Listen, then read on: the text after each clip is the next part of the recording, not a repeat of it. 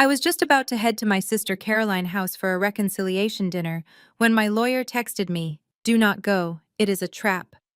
What he uncovered about her secret plan changed everything. My name is Jillian and I am 33 years old. I am the founder and chief executive officer of a highly successful health data analytics firm. My family always treated my career like a silly little computer hobby. Little did they know I was not about to run away from their trap. I was about to walk right through their front door and watch their entire world burn. Before I continue this story, let me know where you are watching from in the comments below. Hit the like button and subscribe if you have ever had to outsmart toxic family members who completely underestimated you. Driving up to the pristine iron gates of my parents' house in a wealthy Chicago suburb always made my stomach turn. William and Patricia. My parents cared about exactly two things in this world, which were appearances, and my older sister Caroline. The sprawling Tudor-style mansion with its perfectly manicured lawn even in late November was a monument to their obsession with looking like old money. The driveway was already packed with luxury cars, including the custom matte black sports car belonging to my brother-in-law Terrence. Terrence is a highly charismatic African-American man who runs what he calls an elite investment fund.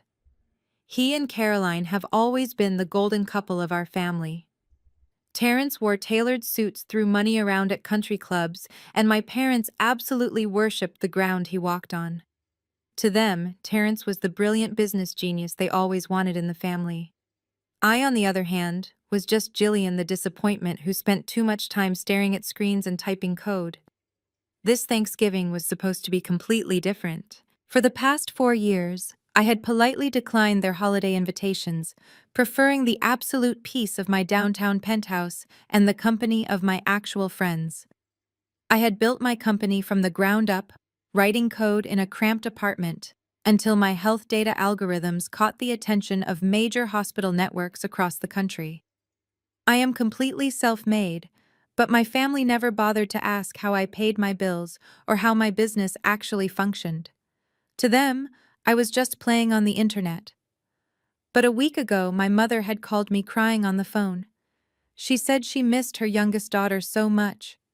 She claimed our father had some recent health scares, and they finally realized life was too short for family estrangement.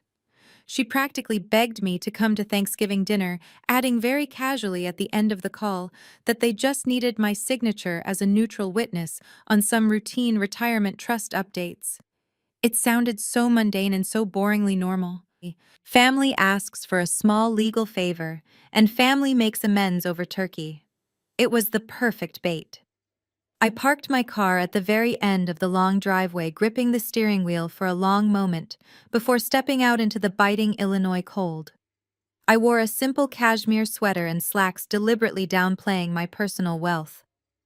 If I showed up in designer clothes and diamond jewelry, my mother would immediately accuse me of putting on airs or drowning in massive credit card debt.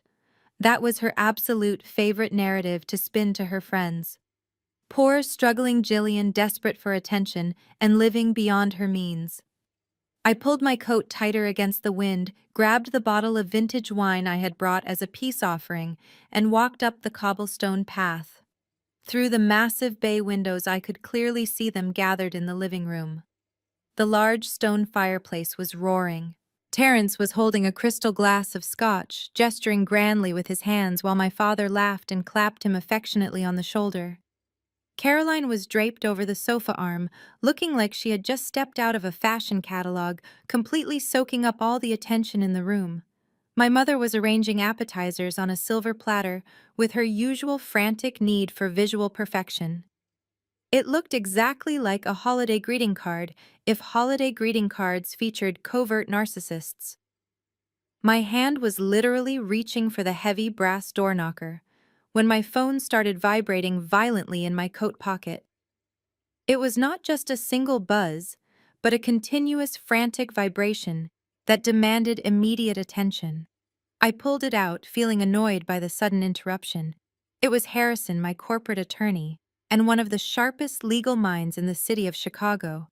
We had been working tirelessly on a massive national expansion for my company, I swiped the screen open to read the text message. The message was typed entirely in capital letters. Do not walk into that house. Get back in your car right now. Call me the second you are safe. My heart slammed heavily against my ribs. I quickly dialed his number, stepping off the front porch and ducking behind a large stone pillar completely out of sight from the living room windows. Harrison answered the phone on the very first ring. Listen to me very carefully, he said, his voice tight with an urgency I had never heard from him before. I just ran a deep background check on the notary your mother is using for tonight. He is an old college buddy of your brother-in-law Terrence. I dug much deeper into the public filings they prepared. Jillian, it is a trap. I stood there while the freezing wind whipped my hair across my face, feeling completely paralyzed. A trap for what I asked, my breath pluming in the cold winter air. They are not asking you to witness a simple retirement fund, Harrison explained, the words hitting me like heavy physical blows. The cover page might say it is a retirement trust, but the actual legally binding pages buried deep in the middle of that stack constitute a full, durable power of attorney. They have secretly drafted a document that transfers total voting control and absolute financial authority of your company directly to Terrence. They are trying to blindside you into signing away your entire business tonight.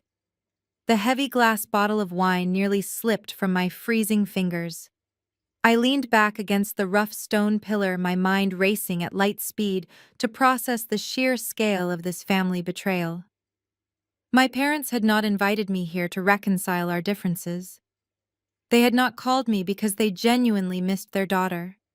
They had lured me to this Thanksgiving dinner to rob me blind.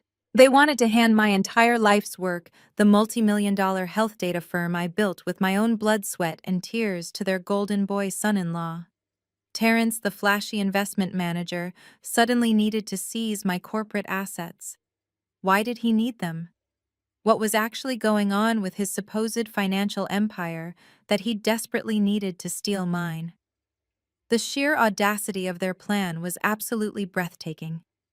They honestly believed I was stupid enough to blindly sign a thick stack of legal papers between bites of roasted turkey and cranberry sauce just because I was desperate for their parental affection. I hung up the phone with Harrison, promising him I would call back later with a plan of action.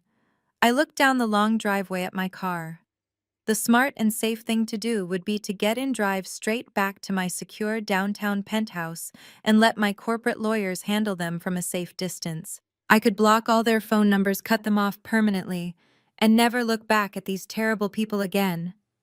But as I stared through the glass window at my family laughing together, raising their expensive glasses in a cheerful toast, probably celebrating the massive corporate heist they were about to pull off, a cold and hard rage settled over my entire body. It completely replaced the hurt. It completely replaced the anxiety. Running away in tears was exactly what the old Jillian would have done years ago. The weak and insecure girl who just wanted her mother to finally love her would have fled into the night. But the woman standing on that freezing porch was a chief executive officer who managed millions of dollars and outsmarted ruthless competitors for a living. I tightened my grip on the wine bottle, squared my shoulders, and stepped out from behind the stone pillar. I was absolutely not going to run away from them. I was going to walk right into their little legal trap, look them dead in the eyes, and tear their masks completely off. I marched directly up the front steps, reached out with a steady hand, and pressed the doorbell, ready for absolute war. The heavy oak door swung open before my finger even left the doorbell. My mother, Patricia, stood in the grand entryway, wearing a perfectly tailored silk dress and an expression that immediately communicated her absolute disappointment in my existence. Her eyes darted up and down my simple cashmere sweater, taking inventory of my deliberate lack of designer labels. She offered a stiff, rigid hug that felt more like a brief collision of shoulders before stepping back to let me inside. The house smelled of roasted turkey, expensive cinnamon candles, and suffocating pretense. I followed her into the formal dining room, where the rest of the family was already seated around a massive mahogany table. The crystal chandeliers cast a warm glow over the expensive china, but the atmosphere was instantly freezing. My older sister Caroline sat perfectly straight next to her husband Terence. At 35, Caroline had perfected the role of the ultimate suburban trophy wife. Her blonde hair was immaculately styled, and she wore a diamond tennis bracelet that she made sure to flash every time she reached for her water glass. Beside her sat Terence, the supposed crown jewel of our family. Terence was a 36-year-old African-American man who carried himself with the loud, aggressive confidence of someone desperate to prove his wealth. He worked as an investment fund manager and made sure absolutely everyone in the room knew it. Tonight, he wore a custom-tailored suit that was far too formal for a family Thanksgiving dinner and a heavy gold watch that caught the light whenever he gestured. My father William sat at the head of the table carving the turkey with practiced precision. He offered me a tight nod, gesturing with the carving knife toward the empty chair at the far end of the table furthest away from him and Terence. I took my seat, placing my napkin on my lap and pasting a calm, pleasant smile on my face. My heart was still pounding from the terrifying phone call with my lawyer, but I forced my breathing to remain perfectly steady. I was sitting at a table with 4 people who were actively conspiring to steal my entire life's work. The psychological warfare began before the first plate was even fully served. So Jillian Caroline started, her voice dripping with that familiar, syrupy condescension she had used since we were teenagers.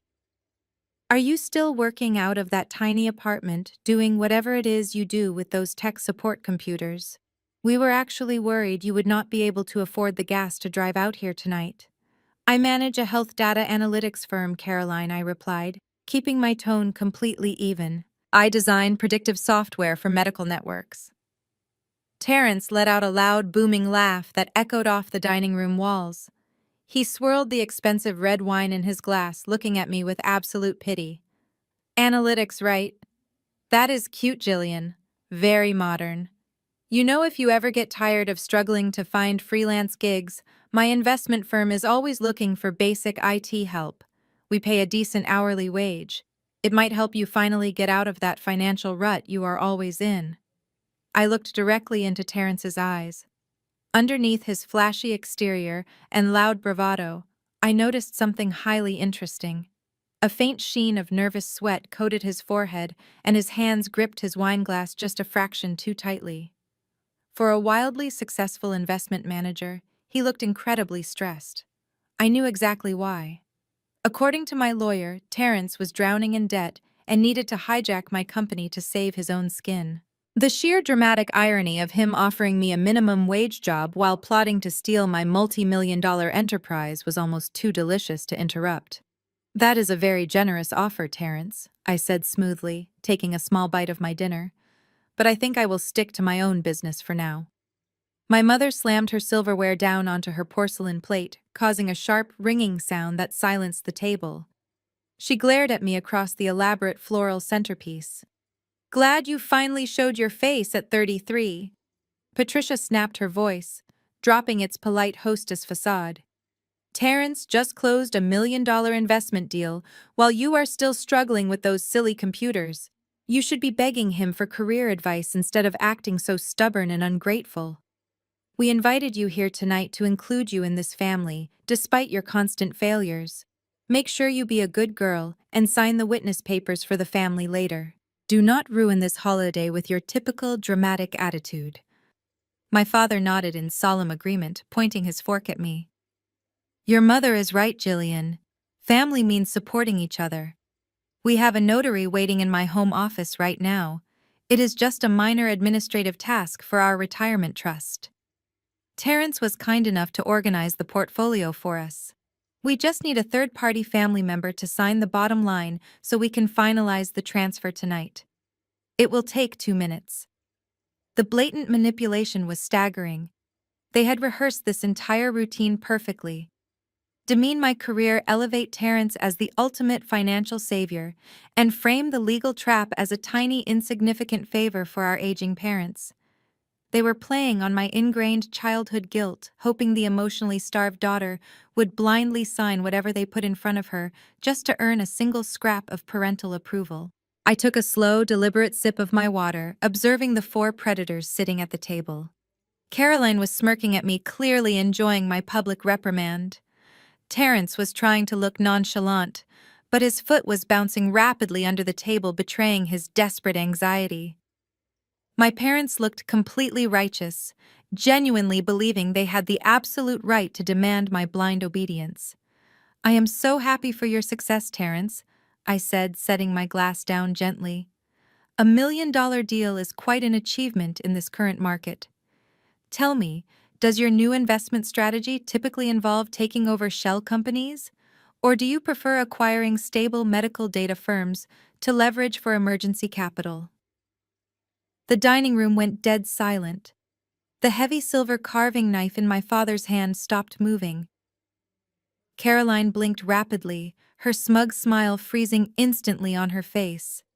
Terence swallowed hard, the color draining slightly from his confident expression. He stared at me, his jaw clenching as he tried to figure out if my incredibly specific question was just a lucky guess, or if I knew exactly what was hiding inside that stack of legal papers waiting in the home office.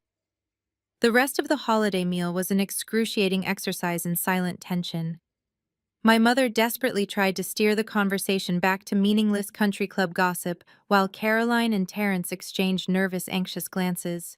We suffered through the remainder of the roasted turkey and dry stuffing in a suffocating atmosphere.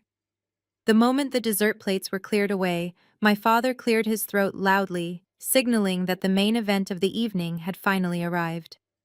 Terence stood up from his chair, smoothing his custom suit jacket with an arrogant swagger.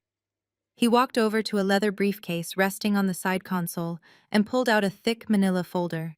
He walked back and dropped the heavy file onto the mahogany table right next to my half-empty wine glass. He clicked a heavy gold pen and pushed it directly toward me. His smile was wide, perfectly practiced, and completely utterly fake. "Just a few standard signatures, Jillian," he said, tapping the top page casually with his manicured finger.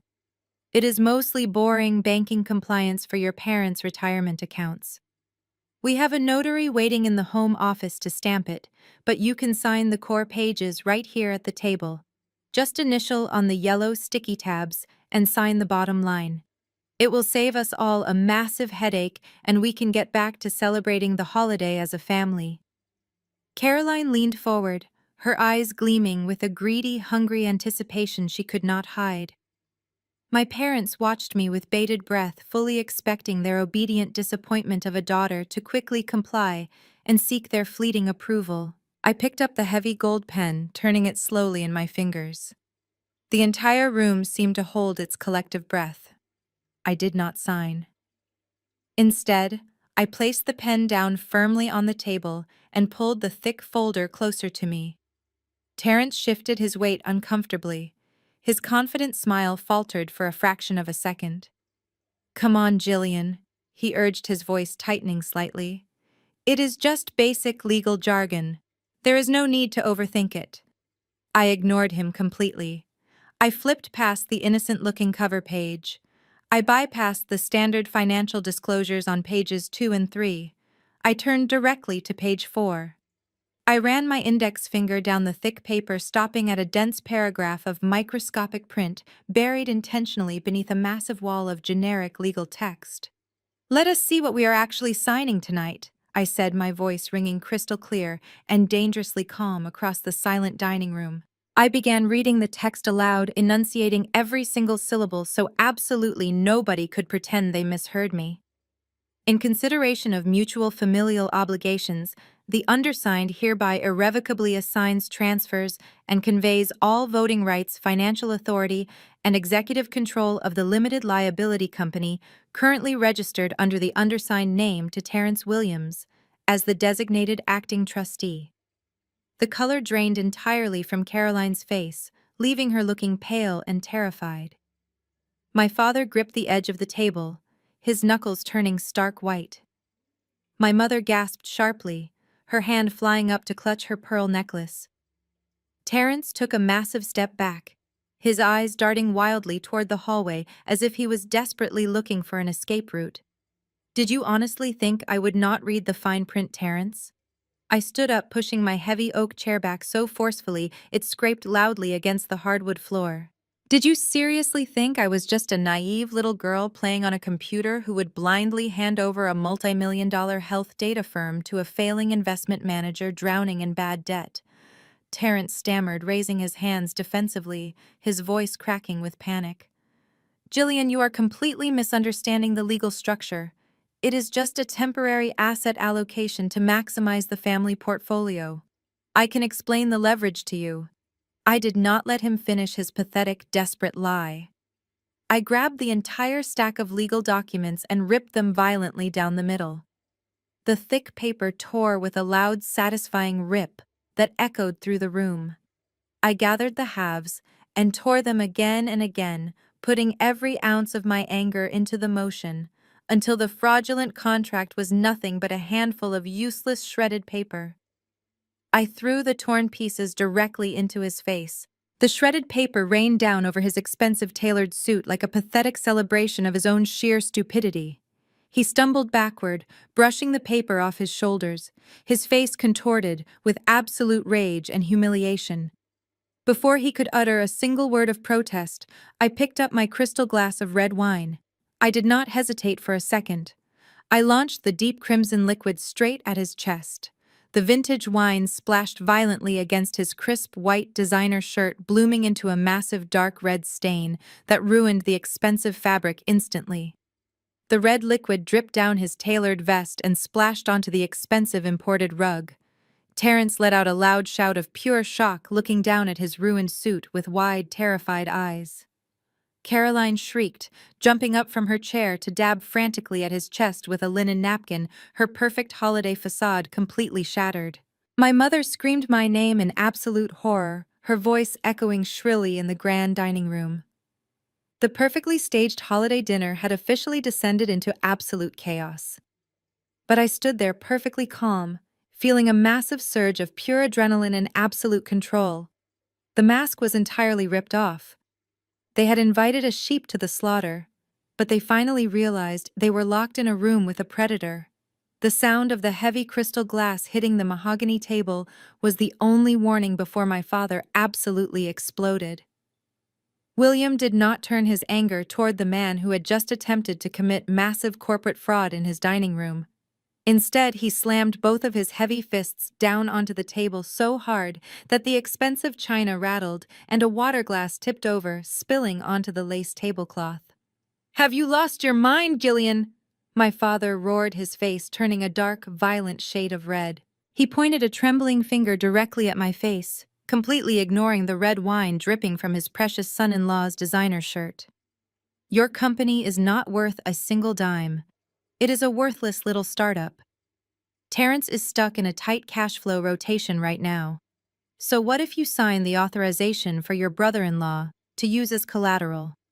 You are a selfish brat." I stood completely frozen, not from fear, but from the sheer staggering weight of his confession. My own father, the man who was supposed to protect me, had just openly admitted to orchestrating this entire legal ambush. He knew exactly what was hidden inside that stack of papers. He knew Terrence was planning to steal my corporate identity and use my business as a sacrificial lamb for his failing investment fund.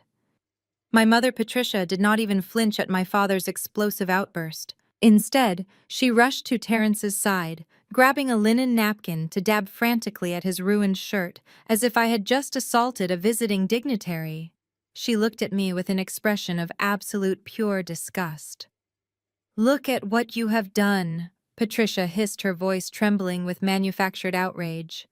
"We invite you into our beautiful home for the holidays, and you behave like a wild animal. Terrence is a real businessman, Gillian. He provides for your sister.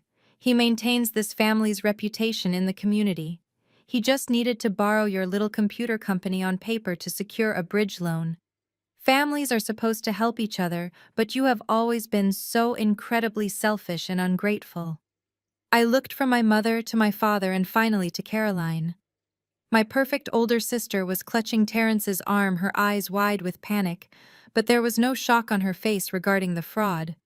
There was only panic that their brilliant plan had failed. "You knew," I said, my voice dropping to a low, dangerous whisper. "All of you knew. You lured me here under the guise of a Thanksgiving reconciliation just to serve me up on a silver platter so Terrence could commit bank fraud using my name. Caroline sneered, stepping out from behind her husband. Her sweet sisterly facade melted away instantly, revealing the ugly, entitled greed underneath. "Oh, please, Jillian, stop being so dramatic," she snapped, crossing her arms defensively. "Terrence's fund is just facing a temporary liquidity issue. It happens to highly successful wealth managers all the time. Your stupid little health data business barely makes enough to pay your rent.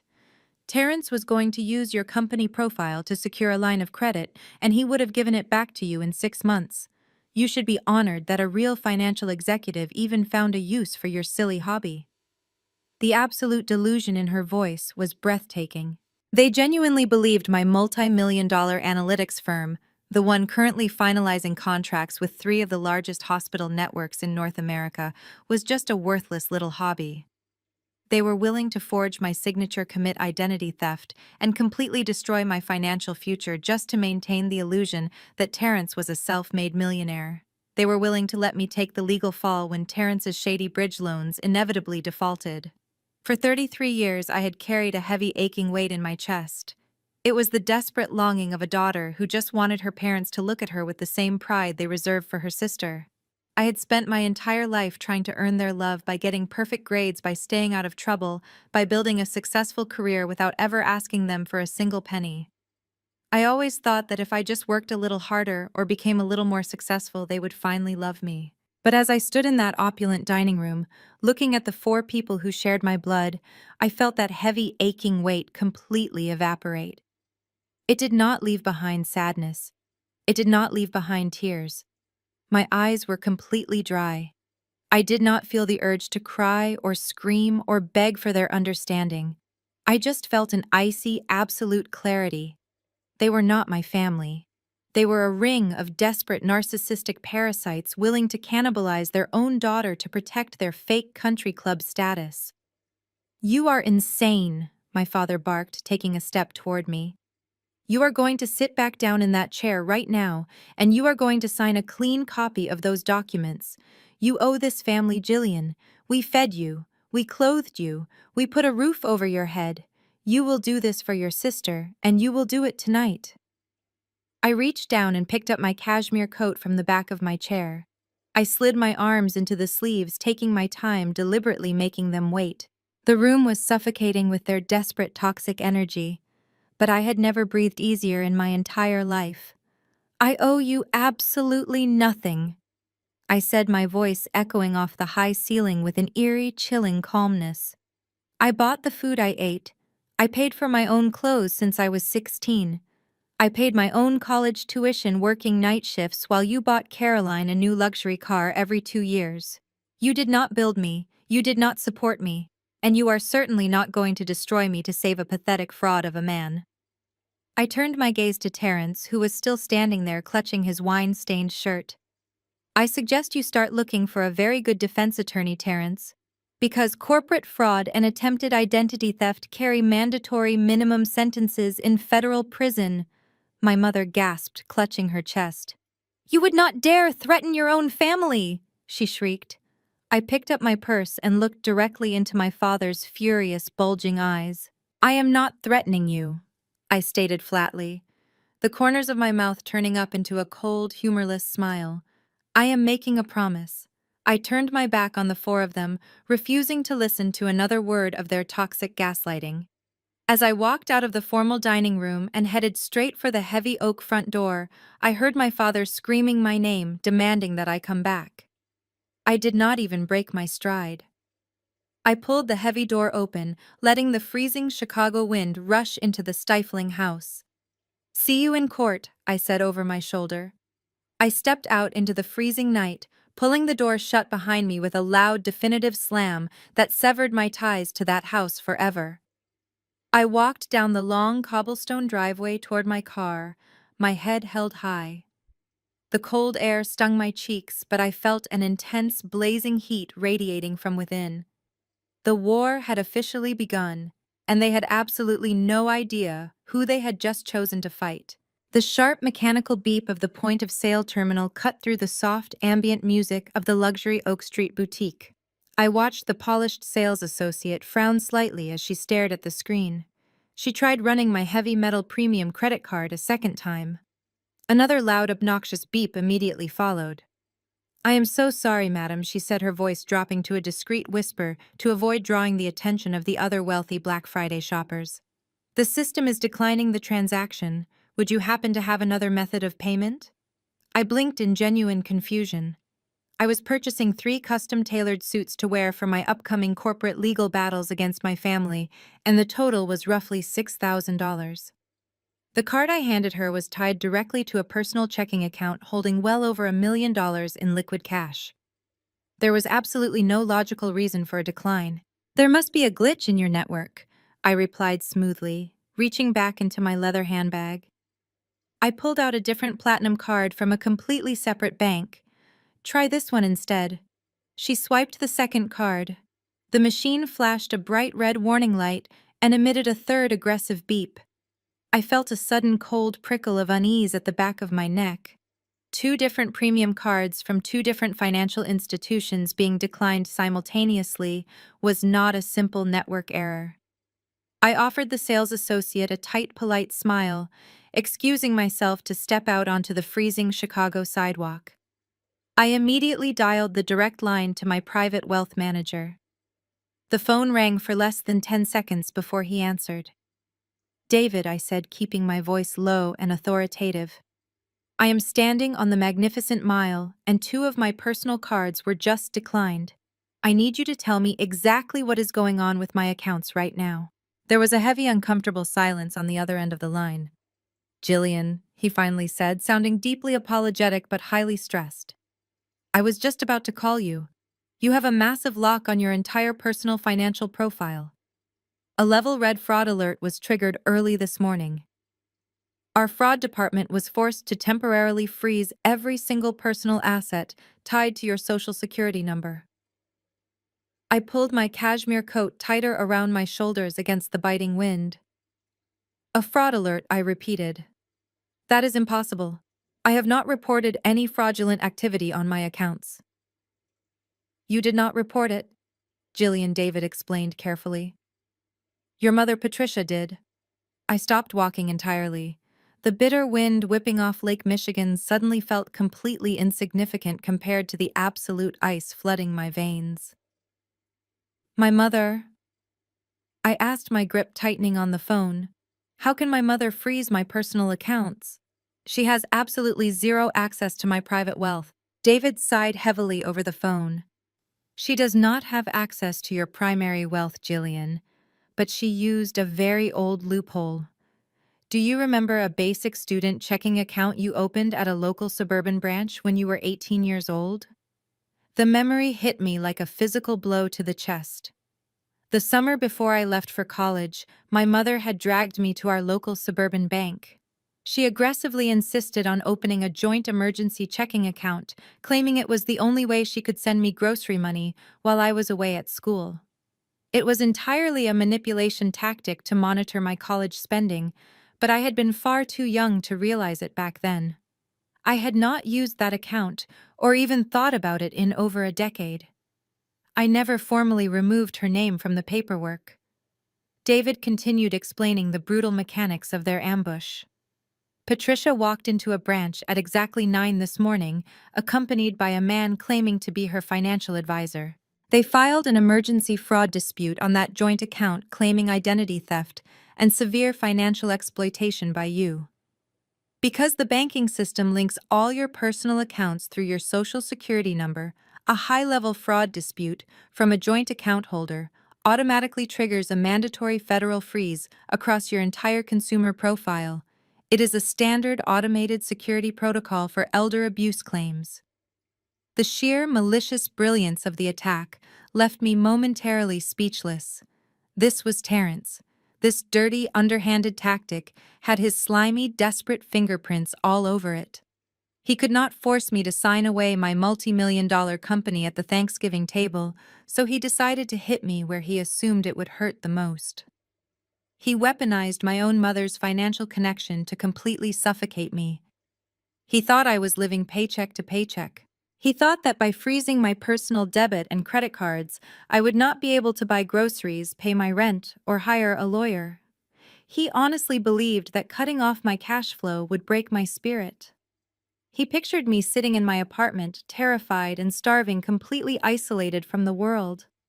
He expected me to come crawling back to their suburban mansion by Sunday morning, begging them to lift the fraud alert, falling to my knees to sign his corporate takeover documents just so I could survive the week. It was the classic playbook of a narcissistic abuser: isolate the victim, strip away their resources, force them into absolute submission. "Can you lift the freeze?" I asked David, keeping my voice entirely devoid of panic. "I am pushing the legal department to expedite it," David assured me. But because she filed it under elder financial abuse statutes, federal regulations require a mandatory investigation period. It could take up to 72 hours to untangle this mess and restore your access. "I am incredibly sorry, Jillian." "Do not apologize, David," I said, a sharp, dangerous smile slowly forming on my face. "You just gave me exactly the information I needed."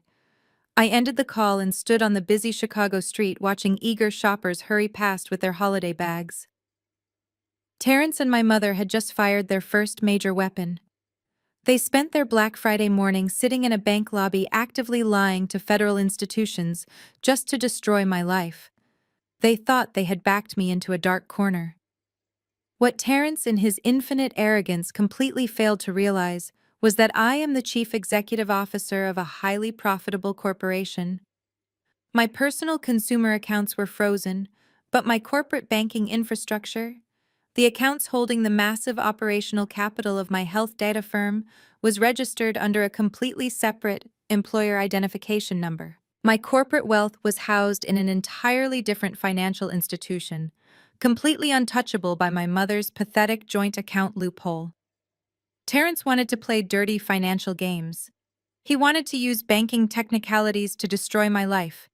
He thought he was dealing with the helpless, insecure little girl they used to bully.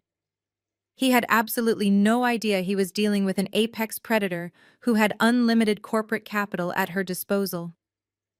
I reached into my handbag, bypassing the frozen personal cards, and pulled out my heavy black corporate expense card. I turned right back around and walked straight into the luxury boutique. I was not going to beg. I was going to buy my suits, prepare for absolute war, and utterly destroy my brother-in-law. I walked into my downtown Chicago penthouse, dropping my shopping bags onto the imported marble floor. The floor-to-ceiling windows offered a massive panoramic view of the city skyline, but I barely noticed the spectacular scenery. I walked straight to my kitchen island, poured myself a glass of sparkling water, and set my phone down on the pristine quartz countertop. It had been ringing incessantly for the past 45 minutes.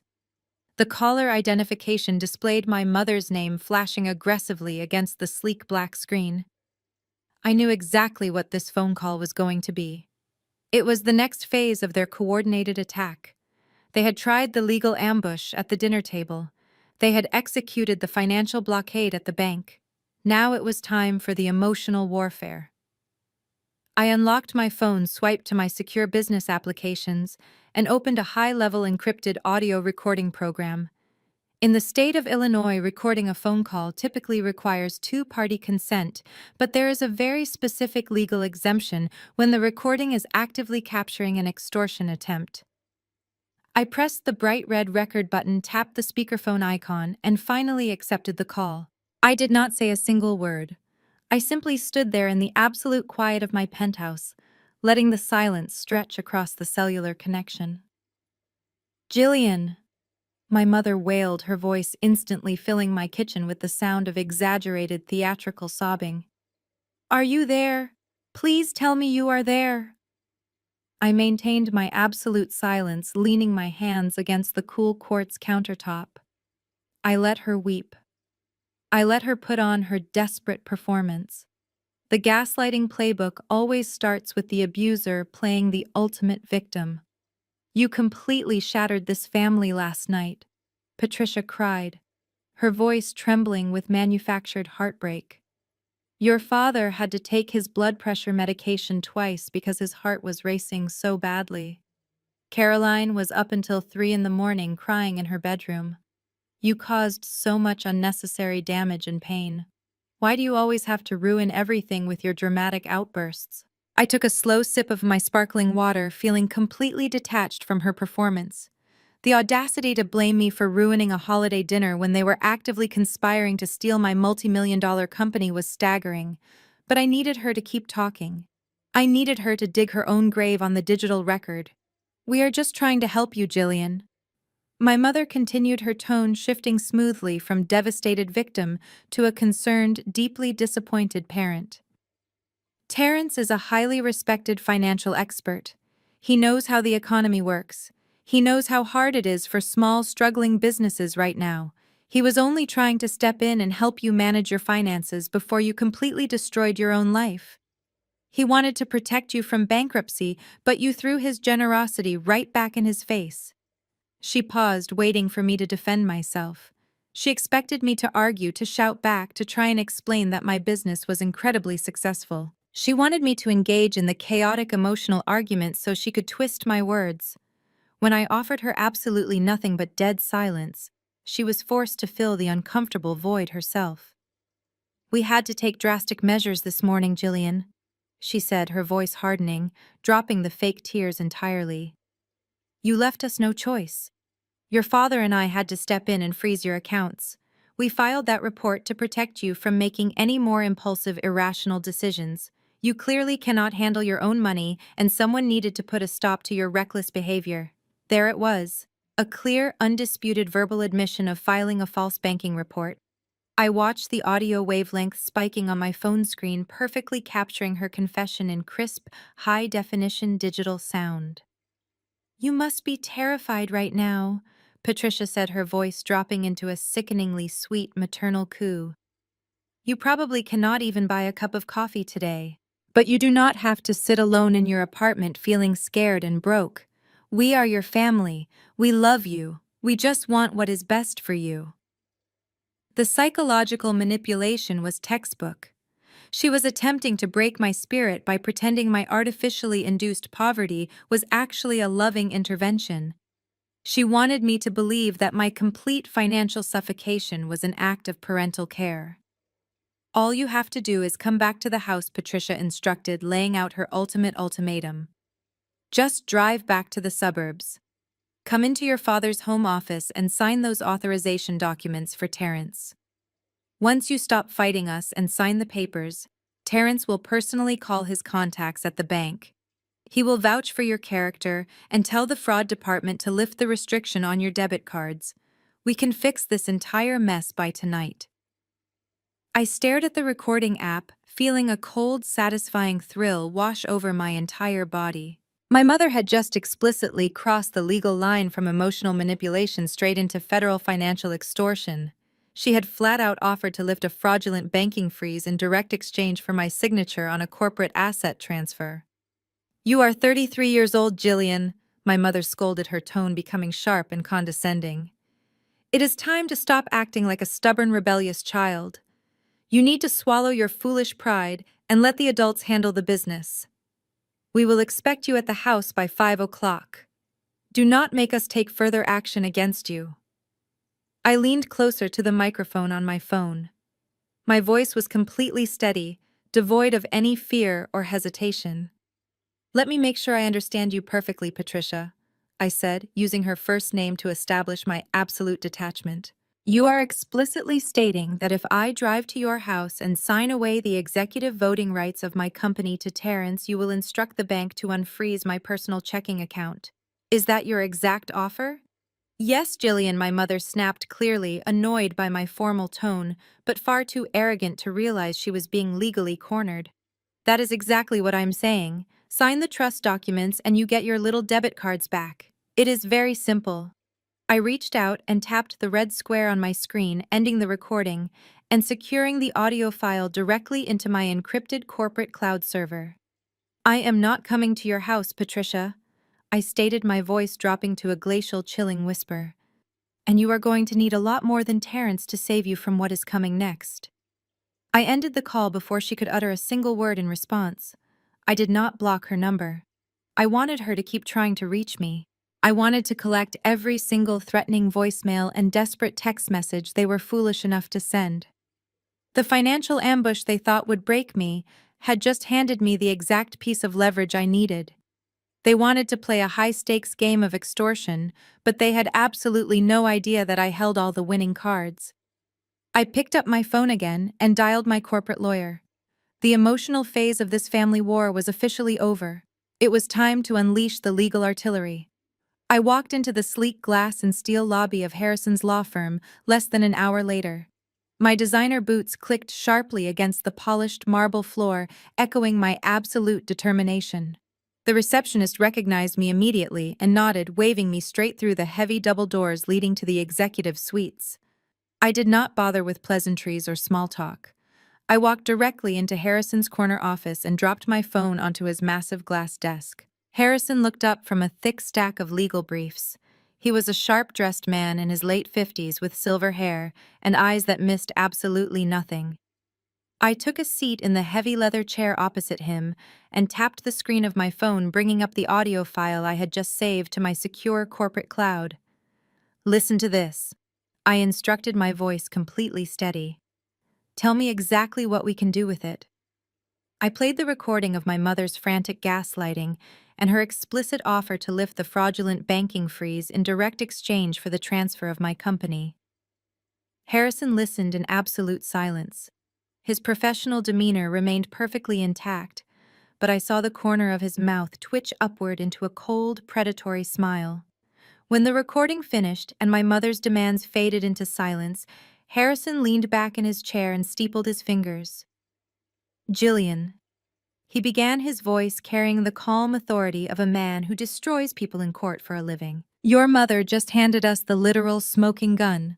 What she described on that recording is textbook financial extortion and a blatant violation of federal banking laws. They attempted to use an elder abuse loophole to freeze your assets, but they completely failed to realize that using a false report to extort a corporate asset is a severe state and federal crime." I crossed my legs, leaning forward. "They think I am completely cut off, Harrison. They think my personal checking account is the only money I have. Terrence genuinely believes he has cornered me into absolute submission. He thinks I am sitting in my apartment crying over a declined credit card." Harrison let out a short, harsh laugh. "Terrence is an absolute fool who clearly does not understand basic corporate structuring. Let me assure you right now that your company is an impenetrable fortress. We set up your limited liability company with a massive legal firewall specifically designed to protect your operational capital from personal liabilities. Your corporate banking accounts are registered under a distinct employer identification number. They are completely insulated. Your multi-million-dollar business cash flow has not been touched and cannot be touched by your mother's pathetic joint account maneuver." The profound relief washing over me was immediate, but I did not let it soften my edge. I needed to strike back, and I needed to do it with overwhelming legal force. "How fast can we get my personal accounts unfrozen?" I asked. I refused to give them the satisfaction of thinking they won this round for even a single day. Harrison turned to his computer monitor, his fingers flying rapidly across the keyboard. "With this audio recording proving the freeze was a malicious extortion attempt, we do not have to wait for the standard 72-hour investigation period. I am drafting an emergency injunction right now. We will file it directly with a federal judge this afternoon. The judge will issue a court order forcing the bank to lift the restriction on your personal accounts immediately. Furthermore, the bank will be legally notified that Patricia filed a fraudulent claim, which opens her up to severe civil penalties and potential criminal liabilities for banking fraud." I nodded, feeling the sheer power of the legal system aligning perfectly behind me. My mother thought she could discipline me like a disobedient teenager, but she was about to learn that playing games with federal banking regulations carries devastating real-world consequences. "But we are not stopping there," I said, my voice dropping to a dangerous register. "Unfreezing my accounts is just playing defense. I want to go on the absolute offensive. I want Terrence to understand exactly who he messed with last night. I want to hit him so hard legally that his flashy fake investor facade completely shatters. Harrison looked at me, his eyes gleaming with intense professional approval. I am already 2 steps ahead of you, Jillian. We are not just defending your assets, we are actively prosecuting his attempted theft. I am currently drafting a massive civil lawsuit against Terrence for attempted corporate fraud, tortious interference, and extortion. Harrison pulled a thick printed document from his heavy-duty printer and slid it across the glass desk. He wants to play the role of the big-shot investment manager. Let us see how he handles a formal legal subpoena. We are demanding full discovery of his investment fund's operational history. We are legally demanding every single communication he had regarding your company. We are going to subpoena the shady notary he hired to trick you at the Thanksgiving table. We are going to drag his entire financial life into the glaring light of a federal courtroom and dissect every single lie he has ever told. I picked up the subpoena, feeling the heavy weight of the legal paper in my hands. The document was an absolute masterpiece of corporate warfare. It outlined every single dirty tactic Terrence had attempted. It legally bound him to preserve all electronic communications and financial records under threat of perjury. It was a complete and utter legal nightmare for a man who was desperately trying to hide his failing finances behind expensive suits and leased sports cars. "When can we serve him?" I asked, tracing my finger over the bold, legal headers. Harrison checked his heavy silver watch. "The process server is already waiting in our lobby. We will have him served at his fancy downtown office before 5 o'clock today." He is going to walk into his flashy investment firm expecting to celebrate his brilliant family heist, and instead he is going to be handed a stack of legal papers that will completely destroy his career. I stood up from the leather chair feeling taller and stronger than I had in my entire life. My family had spent 33 years calling me a massive disappointment. They had mocked my career, undermined my success, and attempted to rob me blind while smiling to my face. They thought they could push me into a dark corner and force me to surrender my life's work.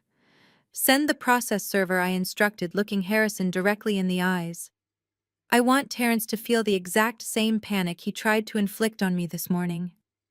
I want him to realize that he did not just fail to steal my company. He completely triggered his own absolute destruction." I walked out of Harrison's office, leaving the heavy paperwork in his capable hands. The legal counterattack was officially launched. My personal accounts would be fully restored within hours, and Terrence was about to receive the shock of his pathetic life.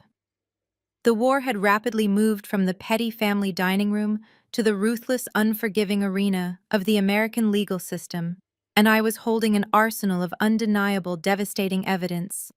I stepped into the private elevator, pressing the button for the lobby, my mind already calculating the next phase of their absolute ruin. I was standing by the floor-to-ceiling windows of my downtown corporate office, nursing a hot cup of black coffee, when my private business line began to ring. It was barely 8 in the morning on the Monday following the holiday weekend. The caller identification displayed the name Richard Kingsley, who was the chief medical officer for one of the largest hospital networks in the Midwest and my most lucrative ongoing client. I answered the phone with my usual professional greeting, fully expecting a routine discussion about our upcoming software integration schedule. Instead, Richard sounded incredibly uncomfortable. He cleared his throat several times before speaking. "Jillian," he began, his voice tight with awkward hesitation, "I am calling you directly because I value our business relationship, but my wife just showed me something highly disturbing on her social media feed. She is part of several affluent suburban community groups up in the North Shore area. Your sister Caroline just posted a massive public statement about you." Richard paused, taking a heavy breath. "She is claiming that you are in the middle of a severe psychotic mental breakdown, and that you have actively embezzled your parents' entire retirement savings to keep your company afloat." I set my coffee mug down on my glass desk so hard the dark liquid splashed over the rim. The cold, calculated audacity of my family was absolutely limitless. They had failed to steal my company through legal trickery. They had failed to starve me out through a fraudulent banking freeze. Now they were launching a full-scale public smear campaign to utterly destroy my professional reputation. I thanked Richard for bringing this to my attention and assured him with absolute confidence that my company was completely financially solvent and that my sister was currently facing severe legal action for attempted extortion. I kept my voice perfectly calm and measured exactly the opposite of the mentally unstable woman Caroline was trying to portray to the world. Richard sounded audibly relieved by my steady professional tone and promised to disregard the online gossip before ending the call. The second the line disconnected, I opened my laptop and navigated straight to the social media platform. I did not even have to search hard. Caroline had made sure her post was set to public, and she had deliberately tagged the official business page of my health data analytics firm to ensure maximum visibility. There it was glaring back at me in high definition. A picture of my parents looking devastatingly sad and frail, sitting on their expensive country club sofa with Caroline and Terrence hovering behind them, looking like protective guardian angels. The caption was a masterclass in narcissistic manipulation and suburban white tears. "It is with an absolutely broken heart that our family must ask for your prayers this morning," Caroline had written. "My younger sister Jillian is currently suffering from an untreated and severe manic psychological episode. For months, she has been hiding the fact that her computer business is completely bankrupt. Yesterday, we discovered the horrifying truth that Jillian has been secretly draining our elderly parents' life savings to hide her massive corporate debts. My incredible husband Terrence tried to stage a loving financial intervention over the holiday to save my parents from losing their home, but Jillian became violently unhinged. We are exploring medical committal options, but we want to warn the community about her erratic and dangerous behavior." My eyes scanned the screen, tracking the engagement metrics. The post already had hundreds of reactions, thousands of shares, and a comment section overflowing with absolute poison. Women from my mother's country club were leaving horrified messages, offering their prayers and condemning my actions. Local business owners in their suburban bubble were tagging each other, warning people to stay away from my company. Caroline was actively responding to the comments, playing the role of the exhausted, heartbroken older sister, just trying to hold her traumatized family together. She was spinning a completely fabricated narrative that reversed every single fact. She accused me of the exact crime that Terrence was actively committing against our parents. She painted me as the aggressive, bankrupt failure while crowning her fraud of a husband as the benevolent, wealthy savior. My phone began to vibrate violently on my desk. It was an incoming email from a major venture capital firm that had been silently vetting my company for a future expansion partnership. A minute later, a notification popped up from my lead software developer asking if the corporate payroll was going to bounce this week. The toxic digital fallout was spreading like a wildfire, threatening to burn down the corporate empire I had spent 5 years building. Terrence and Caroline knew exactly what they were doing. Terrence understood that his shiny investment manager facade was about to be shattered by my lawyer's subpoena. He knew I had the audio recording of my mother extorting me. He knew his financial crimes were about to be dragged into the brutal light of a federal courtroom. This social media ambush was his desperate preemptive strike. He was using Caroline's suburban mommy blogger influence to publicly brand me as a crazy, disgruntled, and financially ruined sister. He wanted to destroy my credibility so thoroughly that when I finally exposed his massive multi-million-dollar Ponzi scheme, the public and the authorities would simply dismiss me as a vengeful lunatic making up wild lies. I did not cry, I did not scream, I did not log into my account to type out a frantic emotional defense in the comment section. Arguing with an abuser on a public forum only gives them the chaotic attention they desperately crave. I picked up my desk phone and pressed the speed dial button for Harrison, my corporate attorney. Then I pressed the button to conference in Mitchell, who served as my director of public relations and crisis management. Both men answered almost simultaneously. "I assume you have both seen the garbage fire Caroline just ignited across the internet," I said, leaning back in my executive chair. Harrison let out a sharp, cynical laugh. I am taking high-resolution certified screenshots of every single pixel as we speak, Jillian. What your sister just published is the most beautifully documented case of textbook libel and digital defamation I have ever seen in my 30 years of practicing law. She put her malicious lies in writing, published them to a wide audience, and actively tagged your commercial enterprise to ensure maximum financial damage. Mitchell chimed in, his voice completely strictly business. My team is already tracing the shares and categorizing the professional fallout. We have drafted a totally neutral holding statement for our corporate clients, ensuring them that our financial audits are spotless and our operations are completely unhindered. We are not engaging with the suburban drama. We are communicating exclusively with the money. Good, I instructed, feeling a cold, calculating energy humming through my veins. Harrison, I do not want you to send them a cease and desist letter yet. There was a brief pause on the line before Harrison spoke, his tone laced with dark amusement. You want to let them keep digging the hole, do you not? Exactly, I replied, staring at the picture of Terrence acting like a wealthy savior on my screen.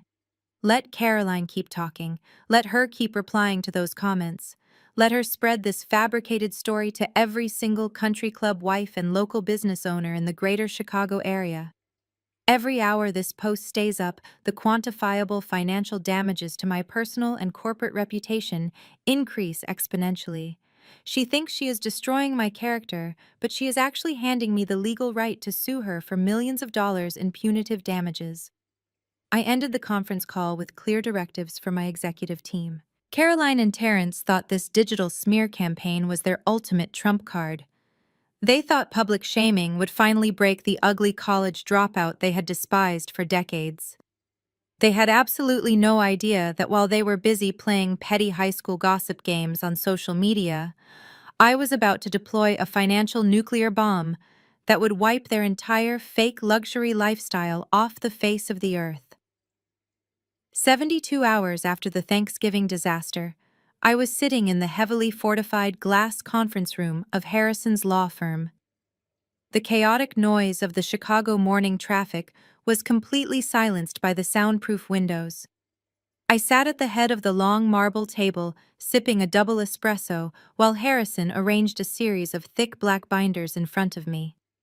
He was not alone this time.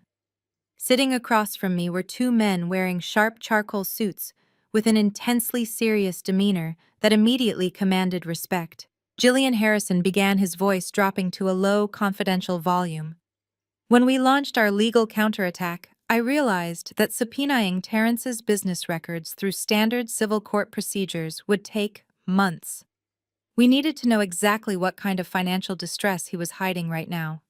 So I bypassed the standard discovery process and retained a private intelligence firm. These gentlemen are elite forensic accountants. They specialize in dismantling complex corporate fraud for high-net-worth clients. The older of the two accountants slid the heaviest black binder across the polished marble table. He introduced himself as a former investigator for the Department of Justice. He did not waste a single second with pleasantries. He opened the binder to a highly detailed financial flowchart connecting dozens of offshore accounts and shell companies. We pulled every available public filing tax record and heavily guarded credit report tied to your brother-in-law's investment fund, the accountant stated flatly. Terrence projects the image of a highly successful Wall Street-level wealth manager. He drives leased luxury cars. He holds expensive country club memberships. He regularly hosts lavish charity dinners to attract wealthy suburban clients, including many of your parents' affluent friends. I stared at the complex flowchart tracing the red lines connecting the various corporate entities. What is the actual valuation of his fund? I asked, keeping my tone strictly professional. The accountant looked me dead in the eyes. Zero. His fund is worth absolutely nothing, Jillian. In fact, it is currently operating at a catastrophic negative deficit. The air in the conference room grew heavy. I leaned back in my leather executive chair, processing the sheer magnitude of the statement. A negative deficit. How is he still operating an investment firm with no actual capital? Harrison let out a dark, cynical sigh. Because Terrence is not running an investment firm, Jillian. He is running a massive multi-million-dollar Ponzi scheme. The revelation hit me with the force of a freight train. A Ponzi scheme. The ultimate financial house of cards. I stared at the complex web of red lines on the paper, suddenly understanding exactly what I was looking at. Terrence had not made a single legitimate market trade or profitable stock investment in over 3 years. Instead, he had been aggressively recruiting new wealthy investors, promising them absurdly high guaranteed returns. He was taking the fresh cash from the new victims and using it to pay the fake dividends to his older clients, all while skimming millions off the top to fund his own extravagant luxury lifestyle. It is a textbook predatory operation, the accountant continued, tapping a specific column of numbers, and it is entirely collapsing as we speak. The current market downturn caused several of his largest original investors to request massive cash withdrawals last month. Terrence does not have the liquid capital to pay them out. He is completely tapped out. But that is not even the most dangerous part of this situation.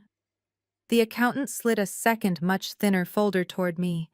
This folder was stamped with a highly classified warning label. 2 weeks ago, the United States Securities and Exchange Commission quietly opened a covert federal investigation into his primary fund. The accountant revealed, his voice dropping to a grave whisper. The SEC noticed the irregularities in his mandatory financial reporting. They are currently building a massive federal indictment. Terrence is not just broke. He is actively being hunted by the federal government. He is looking at 20 to 30 years in federal prison for wire fraud, securities fraud, and severe money laundering. My blood ran completely cold. The puzzle pieces from the Thanksgiving dinner suddenly slammed together with terrifying, perfect clarity. The fake retirement document, the desperate sweating on Terrence's forehead, the frantic push to make me sign over the executive voting rights of my multi-million-dollar company. He did not want my company to use as collateral for a temporary bridge loan, I said, my voice barely above a whisper as the horrifying reality set in. He did not need a line of credit. Harrison nodded grimly, his expression hardening into absolute disgust. Exactly, Jillian. Terrence needed a pristine, heavily regulated, and highly profitable corporate entity to serve as a massive money laundering shell. Your health data analytics firm processes millions of dollars in complex medical network transactions and institutional grants every single day. The financial volume is enormous. I finished Harrison's thought, the terrifying truth making my hands shake slightly. He wanted to seize executive control of my company so he could quietly filter his stolen investor funds through my legitimate corporate billing system. He was going to wash his dirty Ponzi money through my clean medical contracts to pay off his angry clients and hide his tracks from the federal investigators.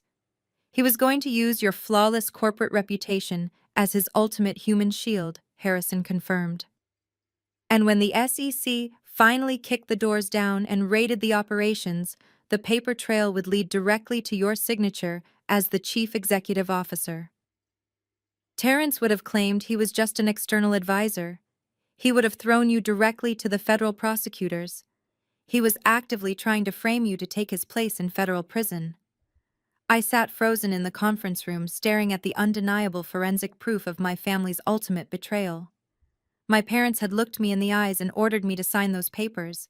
They had screamed at me, called me selfish, and demanded I hand over my life's work to a man who was actively planning to destroy my entire existence.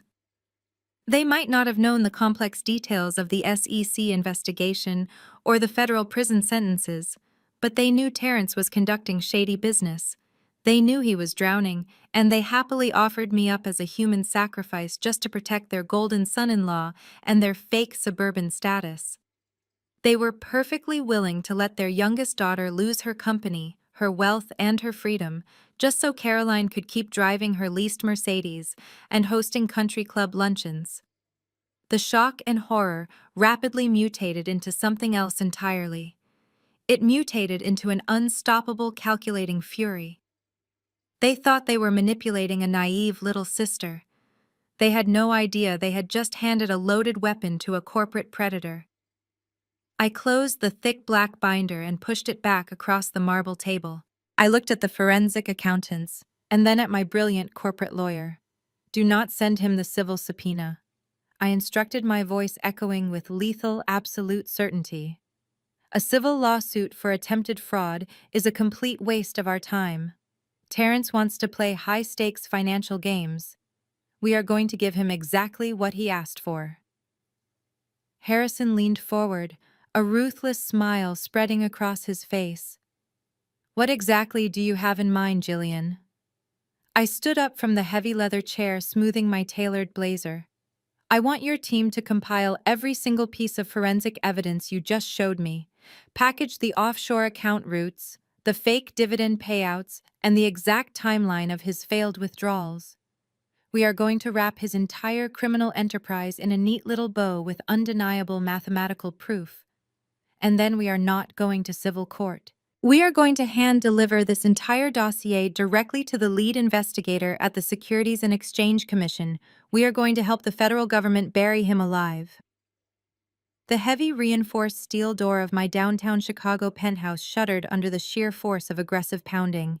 It was barely 8 o'clock on a Tuesday evening. I was sitting at my kitchen island reviewing the devastating forensic dossier Harrison had prepared for the federal authorities, when the violent banging echoed through the quiet space. My building possessed state-of-the-art security protocols, but a wealthy-looking white family in designer coats throwing a hysterical tantrum can unfortunately bully their way past a new lobby concierge. I did not walk to the door. I simply picked up my tablet and switched the screen to the high-definition exterior security cameras I had installed last year.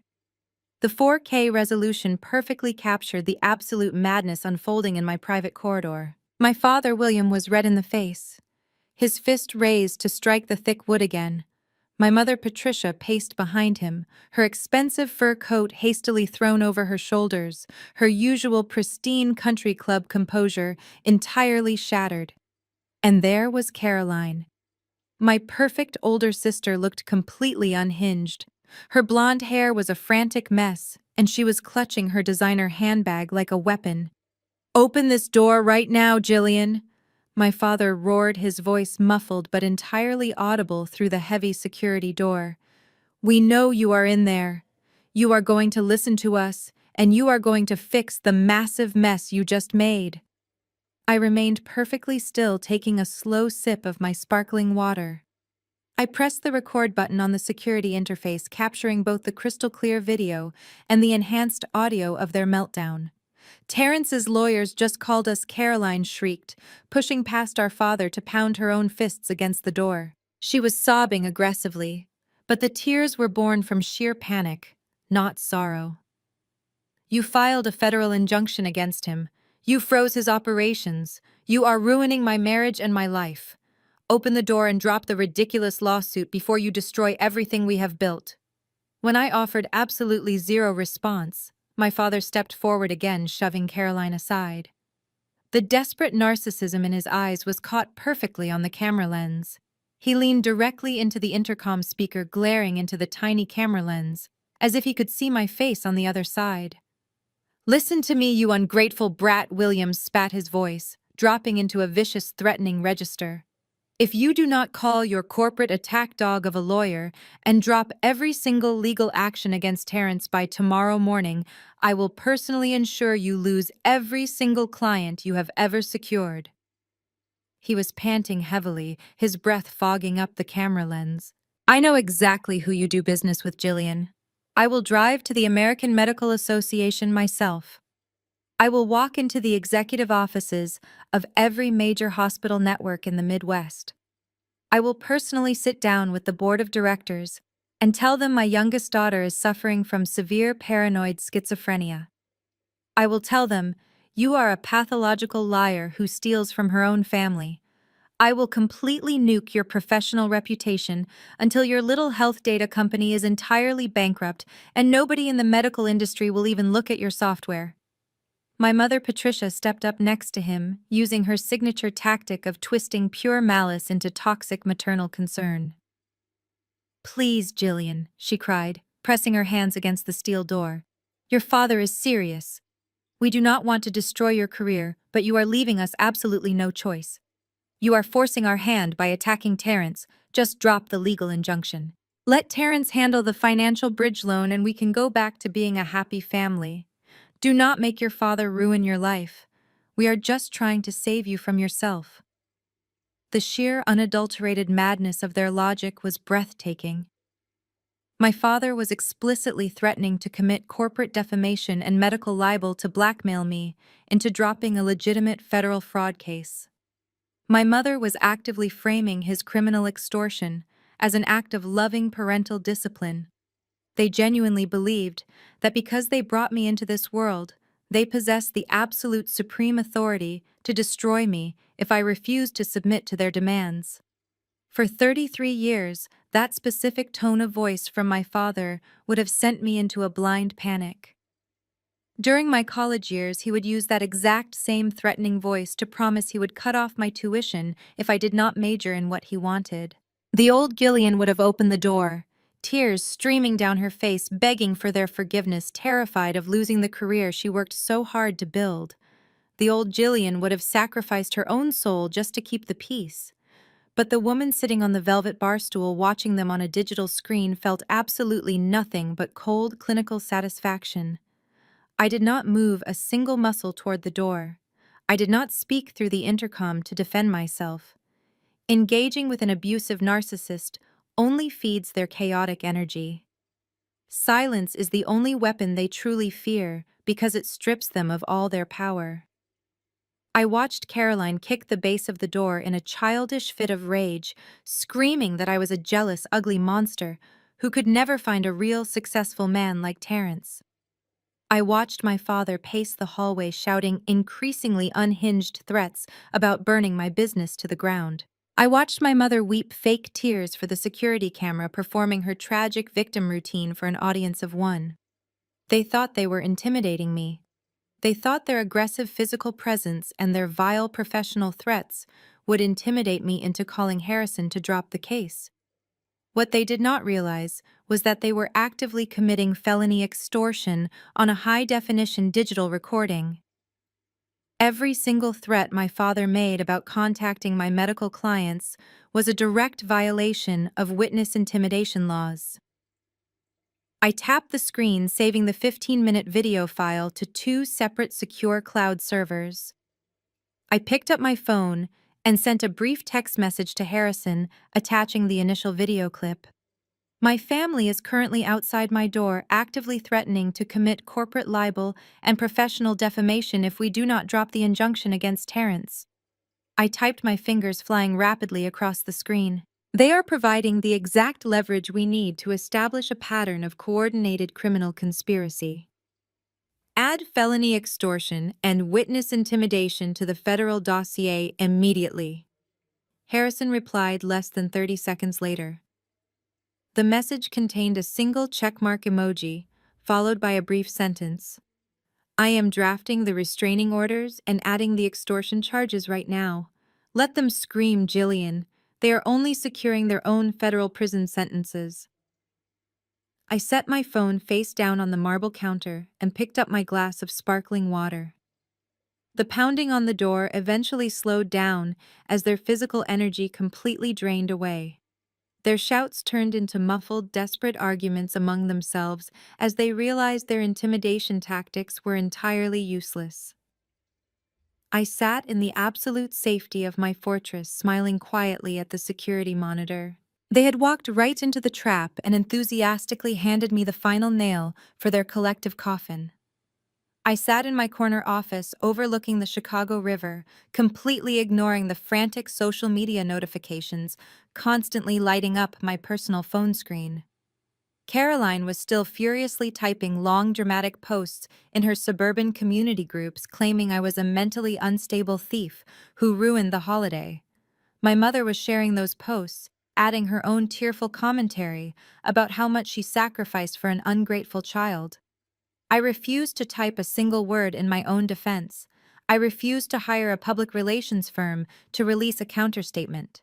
Arguing on the internet is a desperate tactic for people who have absolutely no real power in the real world. I am the chief executive officer of a highly profitable enterprise, and I handle my problems with cold, calculated financial strategy, not emotional public outbursts. I buzzed my executive assistant and instructed him to hold all my incoming calls for the next 2 hours. I picked up my encrypted tablet and walked directly into the private executive conference room where Harrison was already waiting with his lead forensic accountant. Harrison had a thick stack of complex financial documents spread across the polished glass table. He was drinking black coffee and looking incredibly satisfied. I took my seat at the head of the table, smoothing my tailored skirt. "We are not just going to defend against Terrence's fraudulent claims," I stated, my voice perfectly level and devoid of any hesitation. "I do not just want him to face a federal indictment from the Securities and Exchange Commission.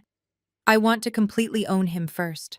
I want to legally back him into a financial corner so tight he cannot even breathe without my explicit permission." Harrison smiled, that cold, sharp, predatory smile that made him the most feared corporate litigator in Illinois. He pushed a crisp blue folder across the glass table toward me. "I have already anticipated your strategy, Jillian. I spent the weekend drafting the incorporation papers for a highly insulated blind trust and a corporate shell entity registered in Delaware. We are calling the entity Zenith Financial Acquisitions. It is shielded by 3 layers of corporate privacy laws, making it completely untraceable to you personally or to your health data analytics firm." I opened the blue folder, carefully reviewing the aggressive debt acquisition strategy Harrison had mapped out. The plan was an absolute masterpiece of corporate warfare. Terrence had funded his flashy luxury lifestyle and his rapidly failing investment fund by issuing high-yield promissory notes to wealthy suburban investors. He had promised his country club clients completely unrealistic, guaranteed double-digit returns to keep the cash flowing. Now that his massive Ponzi scheme was actively collapsing and his liquidity was completely dried up, those investors were absolutely panicking. They were holding pieces of legal paper that were essentially worthless, and they were starting to realize they had been robbed blind. Our forensic accounting team had spent the last 48 hours identifying his most desperate and furious creditors. These were people who needed cash immediately and were incredibly willing to sell Terrence's debt at a massive discount just to cut their losses and escape the sinking ship before the federal government raided his offices. I did not hesitate for a single second. I pulled up my secure banking application on my tablet and authorized the immediate transfer of $4 million from my corporate reserve accounts directly into the Zenith Financial Acquisitions shell company. I looked at Harrison and gave him the ultimate green light.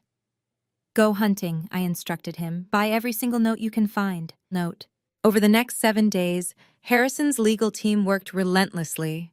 They operated like financial assassins, acting strictly in the shadows. They quietly approached Terrence's furious investors one by one, offering them an immediate cash buyout for their distressed promissory notes. The pitch was simple and incredibly effective. Zenith Financial Acquisitions was willing to pay them 40 cents on the dollar right now in clean, untraceable cash. The alternative was waiting years for a federal bankruptcy court to award them pennies. The desperate creditors eagerly signed the transfer agreements, taking the guaranteed cash and legally signing over the full weight of the debt to the shell company. They had absolutely no idea that the mysterious corporate buyer bailing them out was actually Terrence's younger sister-in-law. They did not care who was buying the bad paper as long as they got their money back. Day after day, Harrison's team scooped up the debt, absorbing the financial obligations that Terrence had recklessly promised to his inner circle. While Caroline was busy posting photos of her manicured hands holding a coffee cup, complaining about her stressful family situation, I was sitting in my skyscraper actively buying the financial chains that bound her husband. My parents were calling my voicemail, threatening to ruin my reputation while I was signing the final transfer deeds that gave me absolute total ownership of their precious son-in-law's entire financial future. The contrast between their petty suburban gossip and my multi-million-dollar corporate takeover was almost poetic. By the end of the week, Harrison walked back into my office and handed me a heavy leather-bound portfolio. He did not say a word. He simply placed it on my desk and nodded. I opened the portfolio and looked at the final tally carefully tabulated by the forensic accountants. I had successfully purchased over 85% of Terrence's outstanding private debt. I owned the promissory notes he had issued to his golf buddies. I owned the contracts he had signed with his wealthy neighbors. I owned the aggressive high-interest loans he had taken out to lease his luxury sports cars. I closed the leather portfolio, feeling a surge of absolute untouchable power coursing through my veins. Caroline and my parents thought they were destroying my reputation by calling me a psychological wreck on the internet. They thought they had backed me into a corner. They had absolutely no idea that I had just spent the last 7 days legally buying the very ground they walked on. I was no longer just the discarded scapegoat of this toxic family. I was officially Terrence's largest creditor. I owned his debt. I owned his business obligations. I legally owned him. And I was going to collect every single penny with ruthless, absolute precision. The rain was lashing aggressively against the floor-to-ceiling windows of my office when my private line rang.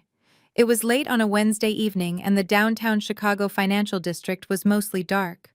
The caller identification displayed an unknown number, but my instincts told me to answer it. "Is this Jillian?" a woman's voice asked, trembling slightly over the encrypted connection. "My name is Monica. I was the senior executive assistant at your brother-in-law's investment firm until he abruptly fired me 2 weeks ago. He threatened to destroy my entire career if I ever spoke to anyone about what I saw. But I saw the horrific lies your sister posted about you on social media today. I know exactly what they are trying to do to you, and I have the absolute proof of why they are doing it." I immediately instructed my lobby security to clear Monica for entry and send her directly up to my secure executive floor. 10 minutes later, a terrified-looking woman in her late 20s stepped out of the private elevator, clutching a thick manila folder against her chest like a physical shield. I offered her a glass of water and guided her into the soundproof conference room, ensuring she felt completely safe. Monica did not waste any time. She slid the heavy manila envelope across the glass table. "Terrence did not fire me because of my job performance," she explained, her voice gaining a steady rhythm of anger. "He fired me because I was responsible for logging the incoming wire transfers for his elite clients, and I noticed a massive discrepancy. 2 weeks before Thanksgiving, I accidentally accessed his private email server while trying to sync his calendar. I saw exactly who his biggest and most desperate investors actually were." I opened the folder. Inside was a stack of printed email chains and highly classified bank wire confirmations. I recognized my father's personal email address immediately. I began reading the top printed thread and felt the last remaining shreds of my familial illusion shatter into a million jagged pieces. My parents were not just naive victims who blindly trusted their flashy son-in-law. They were not just standing by Terrence out of blind family loyalty. They were his willing, greedy co-conspirators. According to the extensive email chain dating back 8 months, my parents had secretly taken out a massive secondary mortgage on their pristine suburban mansion. They had drained every single penny of equity out of the house they loved so much. Why did they do it? Because Terrence had privately promised them a completely absurd 30% guaranteed return on their investment if they funneled their money directly into his new aggressive tier fund. My parents were blinded by sheer, unprecedented greed. They wanted to use the massive fake profits to buy an expansive summer home in the Hamptons just to show off to their wealthy country club friends and elevate their fake high society status. They handed Terrence their entire financial safety net purely out of vanity. And Terrence, being the absolute fraud that he was, immediately lost every single dollar to pay off his older, angry investors. I turned to the next page in the folder. It was a scanned copy of a legal notice from a major national bank. It was a formal pre-foreclosure warning addressed directly to my parents. The bank was threatening to seize their beloved suburban mansion because they had defaulted on the massive secondary mortgage payments for 3 consecutive months. The timeline of the betrayal aligned with terrifying perfect clarity. The bank sent my parents the foreclosure notice exactly 1 week before Thanksgiving. My parents completely panicked, realizing they were about to lose their house, their country club status, and their entire wealthy reputation. They cornered Terrence, demanding their money back. Terrence obviously did not have a single dime to give them, so he pitched them a new, brilliantly evil solution. I read the final printed email sent from Terrence directly to my father just 3 days before the holiday dinner. "William, do not panic about the bank," Terrence had written. "I have a foolproof strategy to secure the capital we need to save your house and keep Caroline completely in the dark about our losses. Jillian runs a highly liquid health data company with a flawless credit rating. We invite her to dinner, play on her emotions, and get her to sign a durable power of attorney under the guise of your retirement trust. Once I have executive control of her company, I will immediately liquidate her corporate assets and use her multi-million-dollar cash reserves to pay off your mortgage. We save the house and Jillian takes the financial hit. She is young and can start over." My father, William, had replied to that email exactly 2 minutes later. His response consisted of a single, devastating sentence: "Set up the paperwork for Thursday night, and we will make sure she signs it." I placed the paper back down on the glass table. The cold, calculated evil of their plan was absolutely staggering. My own parents actively conspired to completely bankrupt my company and destroy my entire life just to save their own house from foreclosure. They were perfectly willing to throw their youngest daughter under a financial bus to cover up their own greedy mistakes and protect their precious public image. They did not just enable Terrence, they actively plotted with him to orchestrate my total destruction. I looked up at Monica, who was watching me with an expression of deep sympathy. "You have no idea how valuable this is," I told her, keeping my voice perfectly level, despite the raging inferno of betrayal burning in my chest. "Terrence thought he could silence you by firing you, but he just handed me the exact key to his prison cell." I pulled out my corporate checkbook and wrote a substantial amount to cover her living expenses for the next 6 months. I slid it across the table along with my platinum business card. "Take a long vacation, Monica," I instructed her. "And when you return, call my human resources director. You have a guaranteed 6-figure position in my administrative wing waiting for you. You will never have to worry about a predatory boss ever again." She thanked me profusely, tears of relief welling in her eyes, before she took the private elevator back down to the lobby. I stood alone in the quiet conference room, holding the printed emails that completely condemned my parents to ruin. They had gone on social media and cried to the entire world that I was trying to steal their retirement funds. In reality, they were the ones actively plotting to steal my company to save their foreclosed mansion. They thought they could outsmart me. They thought they could sacrifice me to save themselves. I picked up my phone and dialed Harrison. It was past midnight, but he answered immediately. "Harrison," I said, my voice dropping to a lethal whisper, "I have the smoking gun. We know exactly why my parents tried to force my hand at Thanksgiving. They are facing imminent foreclosure and conspired with Terrence to liquidate my company to pay off their massive hidden debts." I could hear Harrison sit up straight on the other end of the line. "That changes the entire legal landscape, Jillian. They are not just accessories after the fact. They are primary co-conspirators in a federal extortion and fraud scheme." "Exactly," I replied, stepping over to the massive glass window, looking down at the dark city streets below. "Terrence and Caroline have been boasting that they are coming to my corporate headquarters tomorrow to demand I drop the injunction. Let them come. Let my parents walk right into my building thinking they have the upper hand. The trap is completely set, and tomorrow morning I am going to slam the steel cage shut on all of them." At exactly 9 on Thursday morning, the internal phone on my massive glass desk lit up. My head of corporate security, a highly trained former military contractor named Carter, informed me that 4 extremely agitated individuals were causing a scene in the main lobby of our skyscraper. They were loudly demanding to see me, claiming it was an urgent family emergency. I instructed Carter to issue them temporary visitor badges and escort them directly up to the executive floor. I wanted them to experience the full psychological impact of their surroundings. I pulled up the live security feed on my tablet and watched their arrival. My parents, William and Patricia, marched through the revolving glass doors of the towering Class A office building, located in the absolute epicenter of the Chicago financial district. Caroline followed closely behind them, wearing oversized sunglasses and clutching her designer purse. Terence brought up the rear, walking with a stiff, arrogant swagger that poorly masked his underlying panic. They had driven downtown with the sole intention of bullying me into absolute submission. Based on their previous insults, they genuinely expected to find my business operating out of a dark, dingy basement or a cheap shared co-working space. They planned to kick the door open, belittle my working conditions, and scream at me until I agreed to drop the federal injunction. They were completely unprepared for the sheer, monumental scale of reality. On the security monitor, I watched my father approach the imposing marble front desk. He barked my name at the uniformed concierge, demanding to be pointed toward whatever tiny back office I was renting.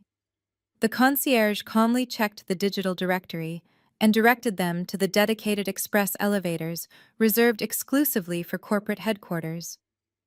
I saw the first flicker of genuine confusion cross my father's face when he realized my company occupied not just one, but the top two entire floors of the premium high-rise. Terence tried to maintain his loud facade. I could see his mouth moving on the silent video feed, likely assuring my parents that I was just leasing a single cubicle on a shared floor. He adjusted his expensive tie, trying to project dominance as they stepped into the high-speed elevator. I switched the camera feed to the 45th floor reception area and waited. The heavy steel elevator doors slid open, revealing the absolute opposite of a struggling startup. The entire floor was a masterpiece of modern corporate architecture. Sleek glass walls separated high-tech conference rooms. Massive digital screens displayed real-time health data analytics and global market algorithms. Over 60 employees dressed in sharp-tailored business attire moved efficiently through the expansive open-concept workspace. The atmosphere was humming with intense, high-level corporate productivity. Behind the polished quartz reception desk, the wall featured my company logo forged in brushed steel, illuminated by soft ambient lighting. My family stepped out of the elevator and physically froze in their tracks. The security camera perfectly captured the exact moment their entire false reality completely shattered. My father, William, dropped his jaw, staring up at the massive steel logo. He looked around the sprawling, multi-million-dollar facility like a man who had just landed on an alien planet. His eyes darted from the expensive modern art on the walls to the dozens of busy professionals who were currently managing national healthcare contracts. My mother, Patricia, actually stumbled backward, bumping into Caroline. Her hands flew up to cover her mouth in absolute shock. For 33 years, she had confidently told all her wealthy suburban friends that I was a massive disappointment playing with silly computers. Now she was standing in the middle of a corporate empire that made her beloved country club look like a cheap roadside diner. But the most satisfying reaction belonged entirely to Terence. The fake investment manager looked like he was going to vomit right there on the pristine imported carpet. His eyes widened in sheer unfiltered terror as his brain finally processed the astronomical financial value of the company he had actively tried to steal. He suddenly realized he had not just tried to trick a naive little sister. He had attempted to commit massive corporate fraud against a multi-million-dollar institutional powerhouse. The crushing realization that he had brought a butter knife to a nuclear war was written all over his sweating face. Caroline grabbed Terence's arm frantically, whispering to him. She was looking around the massive office space, her eyes wide with a toxic mixture of greed and disbelief. She pointed toward a glass corner office where a team of software engineers was conducting a high-stakes video conference. She simply could not compute that the younger sister she had relentlessly bullied was the supreme commander of this entire operation. Carter, my head of security, approached them with a cold, professional demeanor. He did not offer any warm greetings. He simply instructed them to follow him. He led them through the main corporate bullpen, forcing them to walk the long, humiliating path past dozens of my highly paid employees. My staff barely glanced at them, returning immediately to their complex data models and ringing phones. To my employees, my family was nothing but a group of irrelevant visitors. I stood up from my desk and walked into the executive glass conference room adjoining my private office. I took my seat at the head of the massive obsidian table, arranging the explosive financial dossiers in front of me. I smoothed my tailored designer blazer and waited. The heavy glass door swung open. Carter stood aside, allowing my parents Caroline and Terrence to stumble into the room. They looked completely disoriented, stripped of all their suburban arrogance. The towering floor-to-ceiling windows behind me offered a commanding view of the sprawling Chicago skyline, framing me against the powerful backdrop of the city. I did not stand up to greet them. I did not offer them a seat or a glass of water. I simply leaned back in my ergonomic leather chair, folding my hands deliberately on top of the forensic accounting files. "Welcome to my silly little computer business," I said, my voice slicing through the thick, heavy silence like a razor-sharp blade. "I understand you wanted to discuss my finances." The trap they thought they were setting for me had completely vanished. They had marched aggressively into my territory, expecting an easy kill. Instead, they had walked directly into the jaws of a corporate leviathan, and the heavy steel cage was finally locking shut around them. The heavy glass door clicked shut behind them, sealing the four of them inside the soundproof executive conference room. My employees outside could see absolutely everything through the transparent walls, but could hear nothing. It was the perfect stage for a corporate execution. Terrence was the first to attempt to break the suffocating tension. He pulled out one of the ergonomic leather chairs and sat down, forcing a smile that looked more like a painful grimace. He adjusted his expensive tie again, desperate to regain his footing in a room where he was clearly hopelessly outmatched. "Jillian, we really got off on the wrong foot over the holiday," Terrence began, his voice lacking its usual booming authority. He leaned forward, resting his elbows on the obsidian table, attempting to project a calm, collaborative demeanor. "Thanksgiving is a high-stress time for everyone." Tensions were running hot, and things were said that nobody actually meant. "We came down here today because we want to clear the air. We are family, and family forgives each other. You filed a severe legal injunction against me, and it is causing some unnecessary friction for my daily operations. We just need you to call your lawyers and withdraw the filing so we can all move past this unfortunate misunderstanding." My father William immediately nodded in eager agreement, taking the chair next to Terrence. "Exactly, Jillian. We can all be reasonable adults about this. You have clearly done very well for yourself here. You do not need to hold a grudge. We can put this ugly legal business behind us today."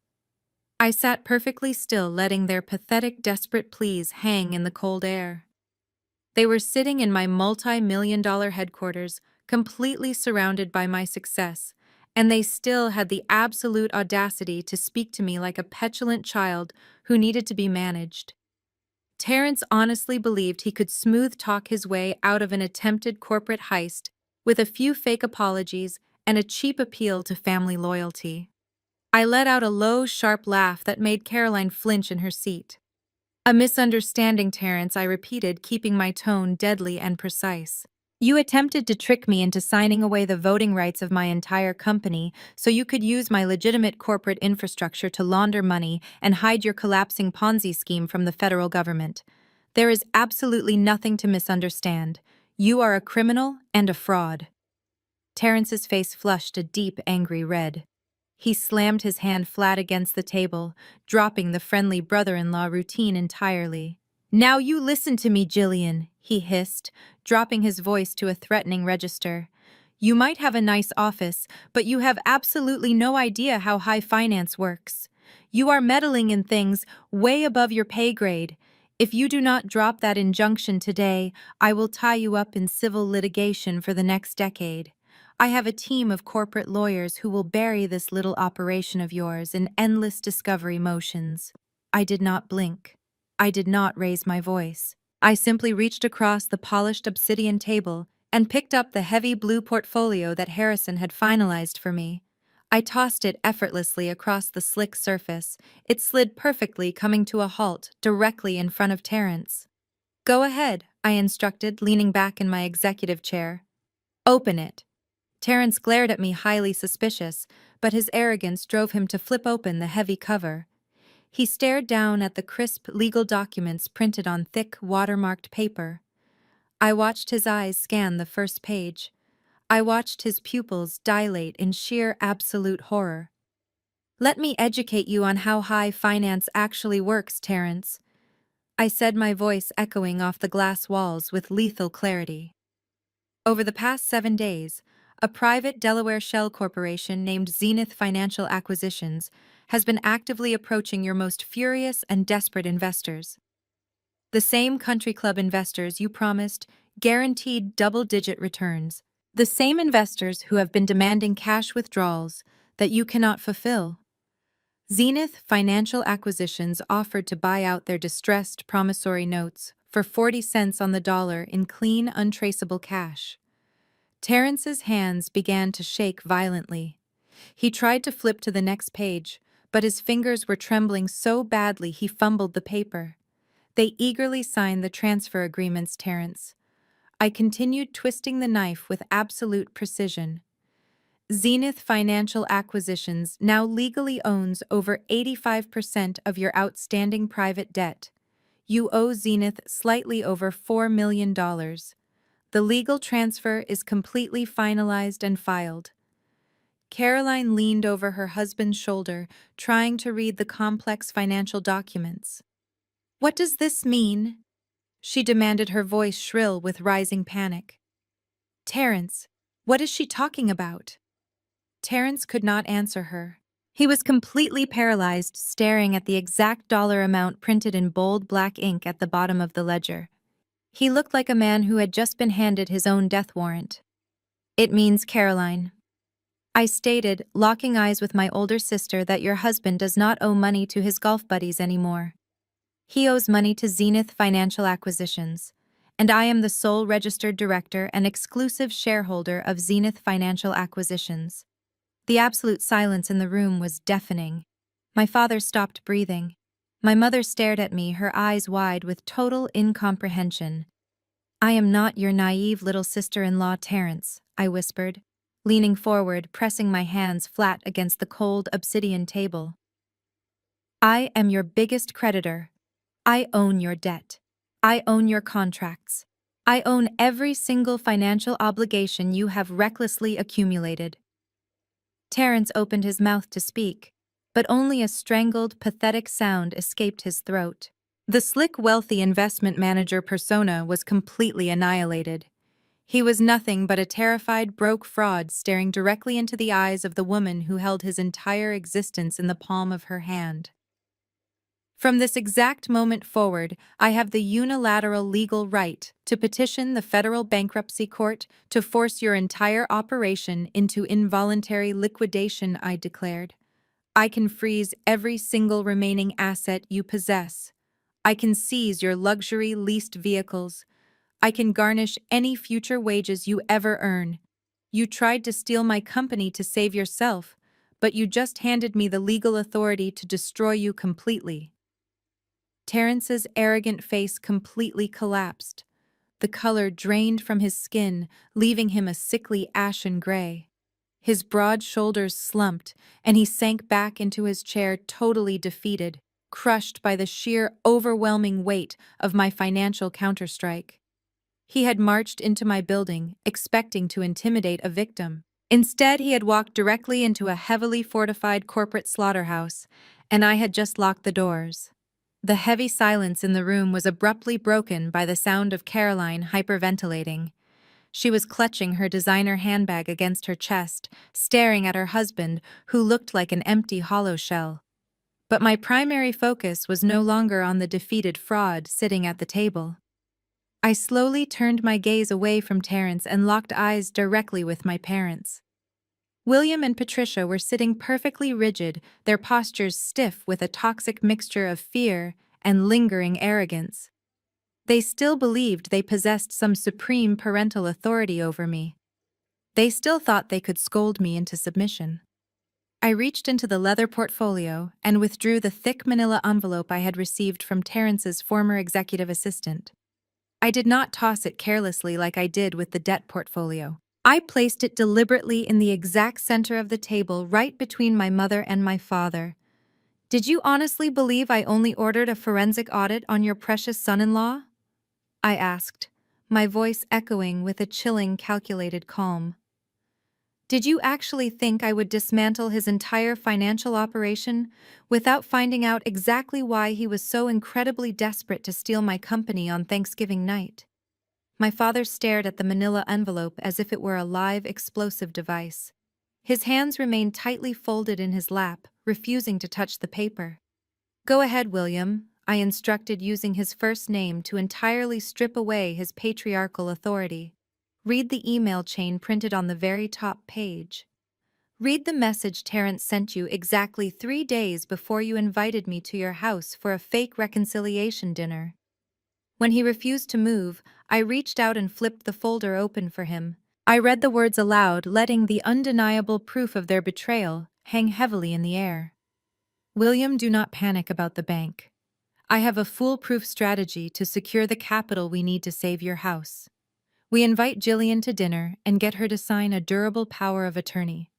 Once I have executive control of her company, I will immediately liquidate her corporate assets and use her multi-million-dollar cash reserves to pay off your mortgage. I looked up from the paper, meeting my father's terrified gaze. And your response, William, was a single sentence. You told him to set up the paperwork and you would make sure I signed it. The color drained entirely from his face, leaving him looking like a fragile, broken old man. He opened his mouth to formulate some kind of pathetic excuse, but no words came out. He knew he was caught. He knew I had the absolute proof that he had actively conspired to bankrupt his own daughter just to save his suburban mansion from a bank foreclosure. But my mother, Patricia, operated on an entirely different level of narcissistic delusion. She did not feel an ounce of shame. She did not feel a single drop of remorse for trying to destroy my life. Instead, she looked around my sprawling, multi-million-dollar corporate headquarters, and her eyes filled with a raging, greedy fury. She slammed her hands down on the obsidian table and stood up her chair, scraping violently against the floor. "So what if we did?" Patricia shrieked, her voice piercing through the heavy tension of the room. "So what if we needed the money, Jillian? Look around you. Look at this massive skyscraper. Look at all these employees and these expensive glass walls. You are sitting on millions of dollars. You are disgustingly rich, and you are going to let your own parents lose their home. You are going to let us be thrown out into the street while you sat up here in your ivory tower." I stared at her, completely repulsed by the sheer magnitude of her entitlement. "You took out a secret secondary mortgage to funnel cash into a Ponzi scheme because you were greedy," I stated coldly. "You gambled your house to fund a fake luxury lifestyle. That is not my problem." "It is your problem," Patricia screamed, stepping toward me, her face contorted with absolute unhinged rage. "We are your parents. We gave you life. We raised you. If we are losing our house, you have an absolute moral obligation to save us. You have the cash right now. You must take your company money and pay off Terrence's debt. You must fix his fund so he can pay our mortgage. You have to save my house." The absolute shamelessness of her demand was breathtaking. She was openly demanding that I commit corporate embezzlement to bail out the man who just tried to steal my identity, all so she could keep hosting country club luncheons in the suburbs. She was completely immune to reality. "I am not giving you a single dime, Patricia," I replied, my voice dropping to a dangerous, icy whisper. "You are going to lose your house. You are going to lose your country club membership. You are going to pack your designer clothes in garbage bags, and you are going to get evicted." The word evicted completely shattered whatever tiny fragment of sanity my mother had left. She let out a guttural, animalistic scream of pure fury. She lunged across the space between us, raising her hand high in the air, her face twisted in absolute vicious hatred. She fully intended to slap me across the face right in the middle of my own executive boardroom. But she never made contact. My head of security, Carter, had been standing by the heavy glass door, monitoring the escalating situation, before my mother's hand could even come close to my face. Carter stepped forward with lightning speed. He caught her wrist mid-air, his massive hand locking around her arm like a steel vice. "Let me go!" Patricia shrieked, struggling frantically against his grip. "Let me teach this ungrateful, vicious brat a lesson. She owes us. She owes this family everything." Her shrieks were so loud, so completely devoid of any basic human dignity, that the sound pierced straight through the thick, soundproof glass of the conference room. I looked past her struggling form and saw dozens of my highly professional corporate employees standing frozen in the bullpen. They were all staring through the glass walls, watching a wealthy suburban woman having a violent, unhinged meltdown because she could not steal from her own daughter. My staff looked absolutely horrified. The sheer disgust on their faces was palpable. They respected me as a brilliant chief executive officer, and they were currently watching my biological mother behave like a rabid, entitled monster. Caroline buried her face in her hands, crying hysterically as the intense public humiliation finally broke her. Terence remained slumped in his chair, completely catatonic. My father, William, was staring at the floor, unable to meet the disgusted eyes of my employees outside the glass. Carter held my mother's wrist firmly, looking at me for a direct order. The dramatic family reunion had reached its ultimate pathetic climax, and there was absolutely nothing left to discuss. Carter maintained his iron grip on my mother's wrist, but Patricia was absolutely frantic. She twisted and thrashed, her expensive fur coat slipping off her shoulders and pooling on the pristine imported carpet. Her face was twisted into an ugly mask of pure venom. She raised her free hand, swinging wildly toward my face, in a desperate final attempt to inflict physical pain where her emotional manipulation had completely failed. I did not flinch. I did not step back. I reached out with my own hand and caught her wrist mid-air, stopping her strike mere inches from my cheek. My grip was unyielding, fueled by 33 years of suppressed rage and my newfound absolute authority. I held her arm suspended in the air, forcing her to look at me. I forced her hand down, pushing it away with a sharp, definitive motion. Carter immediately stepped in closer to restrain her again, but I held up a single finger to halt him. I wanted to deliver this final message personally, and I wanted them to hear every single syllable. I looked directly into my mother's wide, panicked eyes. All the fake maternal warmth she had weaponized for decades was gone, leaving nothing but a hollow, greedy shell. "That house is the exact price you have to pay for your disgusting greed and your blatant lifelong favoritism, Patricia," I stated, my voice ringing with lethal finality. "You secretly mortgaged your entire sanctuary to fund a flashy fraud because you wanted to show off to your country club friends. You lost everything on a terrible bet. You do not get to storm into my corporate headquarters, throw a violent tantrum, and demand that I write a multi-million-dollar check to bail you out of your own profound stupidity." She gasped, her mouth opening and closing silently like a suffocating fish. I turned my attention to my father. William had completely shrunk into himself. He looked at the floor, absolutely broken by the realization that his golden son-in-law had bankrupted him and his discarded daughter held the executioner's axe. "And you, William," I continued, my tone devoid of any lingering affection. "You enabled this entirely. You looked at the multi-million-dollar company I built from nothing, and you saw it only as a sacrificial lamb for Terence. You were perfectly willing to let me go to federal prison just so you could keep your manicured lawn and your fake suburban prestige. You are not a father. You are a pathetic financial parasite." Caroline was still weeping openly, her perfectly styled hair clinging to her wet cheeks. She reached out toward me, her voice trembling with manufactured sorrow. "Jillian, please. We are your family. We are blood. How can you just abandon us like this?" I let out a harsh, humorless laugh that echoed sharply against the glass walls. "I am not abandoning you, Caroline. I am simply holding a mirror up to your actions and letting you choke on the reflection. You spent your entire life treating me like garbage. You actively plotted to steal my trust fund on a recorded phone call. You went on social media to brand me a psychotic thief. You do not get to play the loving sister card now, just because your husband is a criminal, and you are about to lose your leased Mercedes." I turned away from their pathetic, defeated faces. I had absolutely nothing left to say to these strangers. The emotional umbilical cord that had tied me to their toxic approval was officially and permanently severed. I looked at Carter and gave him a curt, definitive nod. "Clear the room," I instructed. Carter immediately tapped the communications earpiece secured in his right ear. "We need the escort team in the main executive boardroom right now," he ordered, his voice calm and tactical. "We have 4 hostile trespassers requiring immediate extraction."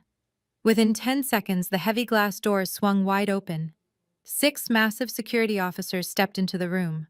These were not standard building guards. They were elite former military personnel I had hired specifically to protect my corporate assets and secure my executive staff. They wore sharp black suits and carried themselves with intimidating, lethal discipline. They swiftly formed a tight, impenetrable wall around my family. "Escort these individuals out of my building," I commanded, my voice carrying the absolute supreme authority of a chief executive officer. "If they resist or attempt to cause any further disturbance, you are authorized to involve the Chicago Police Department and press formal trespassing charges. Furthermore, they are permanently banned from entering any property owned or operated by this corporation." My mother tried to scream my name one last time, but a towering security officer immediately stepped into her line of sight, physically blocking her view of me. My father did not say a word. He simply grabbed Patricia's arm, pulling her toward the exit, knowing perfectly well that resisting a team of ex-military contractors would only result in them leaving the building in handcuffs and escalating their public humiliation. Terrence stood up from his chair, his legs trembling so badly he nearly collapsed. 2 security officers flanked him immediately, gripping him by the arms to ensure he kept moving. He looked back at me, his eyes wide with the realization that he was walking out of my building straight into a federal indictment. Caroline stumbled behind him, sobbing loudly into her hands, completely stripped of her suburban vanity. I walked out of the conference room and stood near the polished reception desk, watching the extraction unfold. The walk of shame was absolutely spectacular. The security team marched my parents, my sister, and my brother-in-law straight through the center of the massive corporate bullpen. Dozens of my highly paid employees had stopped working entirely. The senior data analysts, the software engineers, and my legal compliance team all stood at their desks watching the pathetic procession with expressions of pure, unadulterated disgust. My staff knew exactly who these people were. They had heard my mother's unhinged screaming through the glass. They had seen the vicious social media posts spreading online. Now they were watching the perpetrators being forcefully ejected like common criminals. My mother tried to hide her face behind her designer handbag, her country club pride utterly decimated by the intense public scrutiny.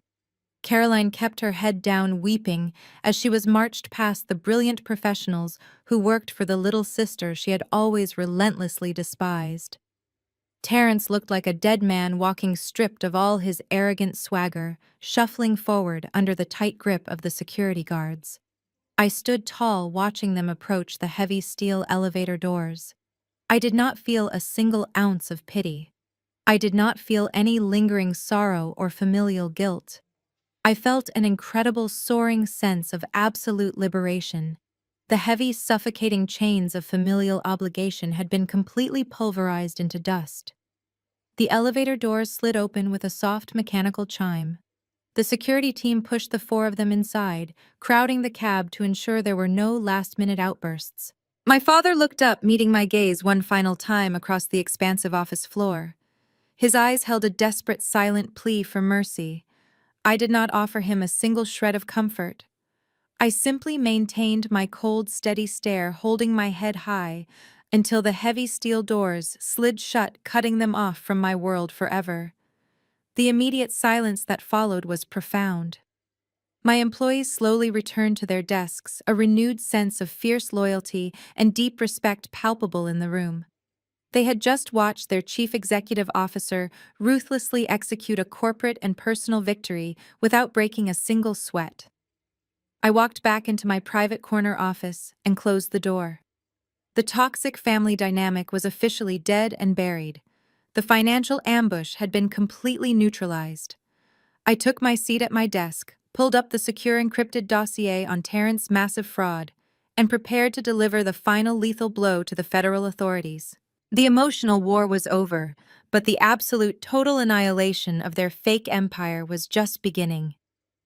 2 weeks had passed since I had my family physically ejected from my corporate headquarters. In that short amount of time, Terrence had grown completely desperate. With his bank accounts frozen, his original investors breathing down his neck, and his fraudulent enterprise actively collapsing, he decided to execute the classic final maneuver of a cornered financial criminal. He organized an incredibly lavish Christmas fundraising gala at the most exclusive country club in the North Shore. The glossy gold foil invitations promised an elite investment opportunity wrapped in high society holiday philanthropy. In reality, it was a frantic last-ditch effort to collect untraceable liquid cash from gullible suburbanites so he and Caroline could board a private charter and flee to a country without an extradition treaty. The country club ballroom was dripping in ostentatious fake wealth. Massive crystal chandeliers reflected off towering artificial pine trees, dusted with faux snow, and giant glittering ice sculptures carved into the shapes of dollar signs. Waiters in crisp white tuxedos circulated smoothly through the crowd, carrying silver trays loaded with expensive champagne and imported caviar. It was a perfectly staged, grand illusion designed to make his victims feel wealthy and secure, while he quietly robbed them blind right under the mistletoe. My parents, William and Patricia, were naturally working the room, acting as the ultimate social validators for Terrence's criminal scam. They had polished their fake smiles to an absolute shine. Patricia wore a heavy emerald green gown, chatting loudly with the wives of local surgeons and real estate developers, bragging about non-existent family successes. William stood by the glowing ice bar, holding a tumbler of scotch, projecting the flawless image of a relaxed, successful patriarch. They were literally standing on the absolute edge of massive federal indictments and impending bank foreclosure. Yet they were still desperately clinging to their pathetic country club status, playing their assigned roles in this massive fraud. I did not receive an invitation to this extravagant, fraudulent affair. I did not need one. When you legally own over 85% of the host's financial debt through a corporate shell company, you can walk through any door you choose. I stepped out of my chauffeured black SUV and handed the keys to the valet. Tonight, I was not dressing down in simple sweaters to protect my mother's fragile ego or avoid her petty jealousy. I wore a breathtaking, backless crimson Alexander McQueen gown that fit my body like liquid armor. I paired it with diamond drop earrings that caught the holiday lights with blinding, absolute clarity. I looked exactly like what I was, which was a multi-million-dollar chief executive officer who owned the entire room before she even stepped inside. Harrison walked closely beside me, looking exceptionally lethal in a bespoke charcoal tuxedo. He carried a slim black leather portfolio tucked neatly under his arm. That portfolio did not contain festive holiday greetings or investment brochures. It contained the final federal warrants and the undeniable forensic proof of Terrence's offshore flight risks. We walked past the velvet ropes, completely ignoring the startled guest list checker, and handed our heavy winter coats to the stunned cloakroom attendant. The heavy mahogany double doors of the grand ballroom swung open, and we stepped directly into the glittering center of Terrence's final desperate hustle. The effect of our entrance was immediate and absolutely cinematic. A live jazz quartet was playing a smooth holiday melody in the corner, but the conversation near the main entrance abruptly died. Heads turned. Champagne glasses paused mid-air. The local high society crowd recognized a massive power shift when they saw one, even if they did not fully understand it yet.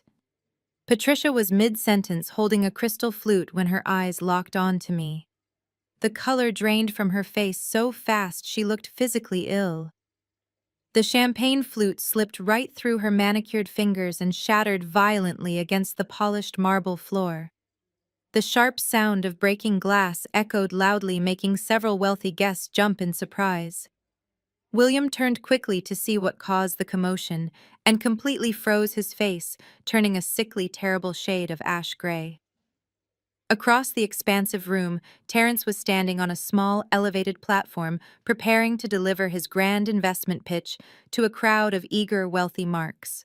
He wore a plush velvet tuxedo jacket, his charismatic charm turned up to the absolute maximum. Then he saw me standing by the entrance, draped in crimson silk and dripping in real diamonds, with the most ruthless corporate litigator in Chicago right by my side. Terrence's confident salesman's smile vanished instantly. His large hand gripped the microphone stand so hard his knuckles turned stark white.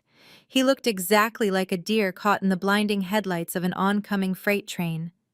Caroline, who was standing right next to the stage, actually let out a loud, audible gasp, stepping backward in her designer heels and bumping hard into a passing waiter. I did not cause a scene. I did not yell or point fingers or throw a drink. I simply offered my terrified family a cold, brilliant smile and took a fresh glass of champagne from a passing silver tray. I linked my arm gracefully through Harrison's, and we began to slowly glide through the crowded festive ballroom. I intentionally walked toward the most influential investors in the room, the exact people Terrence was actively trying to scam tonight. I warmly greeted hospital board members I knew from my own legitimate corporate dealings, shaking their hands and asking about their families. I smiled at local politicians and real estate moguls, making my presence known to every single high net worth individual in the building. I was letting Terrence watch me casually mingle with his prey, wrapping the invisible legal noose tighter and tighter around his neck with every conversation. He was completely trapped on that stage, forced to watch his executioner enjoy a glass of vintage champagne while the clock ticked down to his absolute, total destruction. He knew the money he desperately needed to escape was standing right in front of him, and he could not touch a single penny of it. The gala had officially turned into his financial funeral, and I had secured the front row seat. Terrence managed to tear his eyes away from me and focus desperately back on his wealthy audience. He tapped his crystal champagne flute, grabbing the attention of the entire glittering ballroom. The smooth jazz quartet faded into total silence. Terrence flashed his signature brilliant smile, but it was visibly strained, his facial muscles twitching with barely contained panic. He launched into his grand, charismatic pitch, speaking loudly about exclusive high-yield returns, offshore expansion, and the unparalleled monumental success of his private investment fund. He raised his glass high in the air, proposing a toast to the magnificent future of his absolute financial empire. He asked the room full of millionaires to join him in this incredibly lucrative journey, completely unaware that his journey was about to end abruptly in a federal holding cell. He never even got to take a single sip of his expensive champagne. The heavy mahogany doors at all four corners of the grand ballroom swung open simultaneously with a deafening, violent crash. A massive wave of men and women wearing dark tactical windbreakers with bright yellow FBI and SEC lettering boldly printed across their backs poured into the venue. They moved with absolute terrifying military precision, quickly fanning out to secure every single exit and blocking the elevators. The wealthy suburbanites gasped, clutching their pearls and spilling their premium drinks, as the sheer harsh reality of a federal raid completely shattered the elegant holiday atmosphere.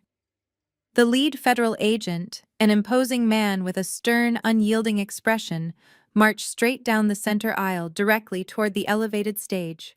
Terrence froze completely, his champagne glass slipping from his trembling hand and shattering violently on the hard stage floor. He looked like all the blood had been violently drained from his body. The agent stepped up onto the platform and grabbed Terrence roughly by the shoulder, spinning him around to face the shocked crowd. "Terrence Williams," the agent announced, his deep, authoritative voice projecting clearly across the dead-silent ballroom without any need for a microphone. "You are under arrest for severe wire fraud, securities fraud, and operating a multi-million-dollar Ponzi scheme. You have the right to remain silent." The cold, heavy metallic click of the steel handcuffs locking tightly around Terrence's wrists echoed through the cavernous room like a gunshot. The slick, arrogant investment manager who had bullied me at the Thanksgiving table was suddenly reduced to a pathetic, cowering criminal. I stood securely next to Harrison, sipping my vintage champagne and watching the absolute destruction unfold with pure, icy satisfaction. The extensive forensic dossier we had compiled using the massive debt I purchased had triggered a rapid, massive federal response. We had handed the Securities and Exchange Commission a perfectly mapped-out criminal enterprise, complete with fake bank statements, offshore routing numbers, and the exact, desperate emails Terrence sent to my father. The federal agents did not have to search for the evidence because I had gift-wrapped it for them with absolute lethal precision. Terrence was being marched right off his own stage, humiliated, stripped of his fake power, and paraded like a common street thief in front of the exact high society crowd he had desperately tried to impress and scam. Caroline completely lost her mind. The perfect, pristine older sister who had spent her entire life mocking my career and looking down her nose at my existence completely unraveled in a matter of seconds. She lunged forward, trying to grab her husband's arm, but two female federal agents immediately blocked her path, pushing her back firmly. Caroline let out a blood-curdling, hysterical scream that tore through the silent ballroom. She thrashed wildly against the agents, her immaculate blonde hair falling into a messy, chaotic tangle around her face.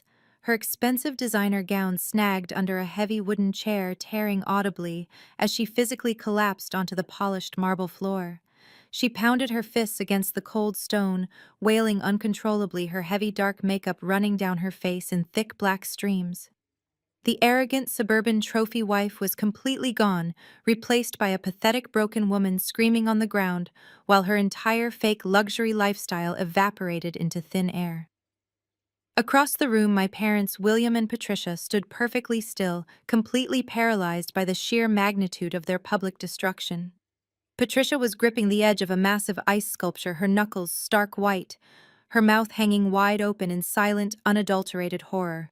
William looked like he was about to suffer a massive cardiac event, his chest heaving violently as he stared at his golden son-in-law being dragged away in handcuffs.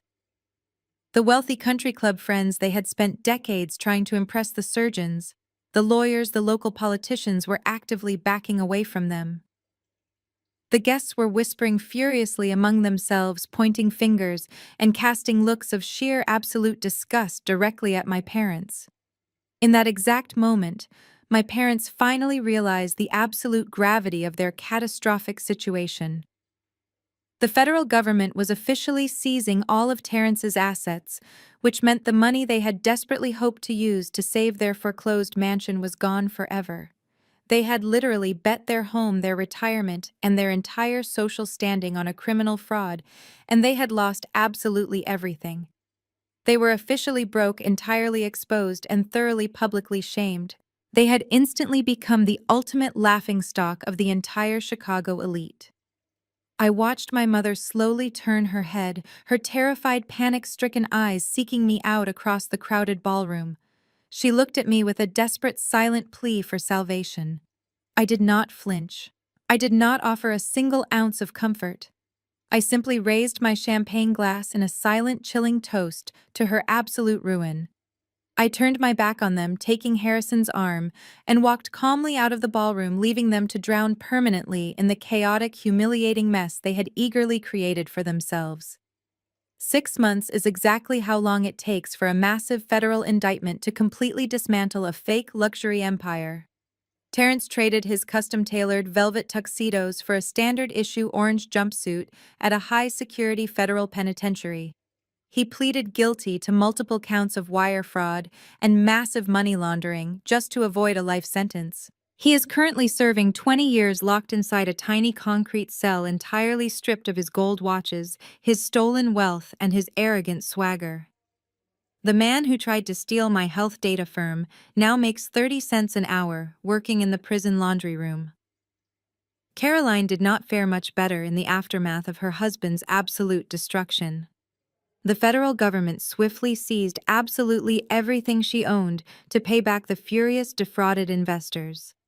Her designer wardrobes, her diamond tennis bracelets, and her leased luxury vehicles were all ruthlessly auctioned off by the state. She was forced to file for total legal bankruptcy. The former ultimate suburban trophy wife, who used to publicly mock my career on social media, is now working part-time shifts at a discount retail clothing store.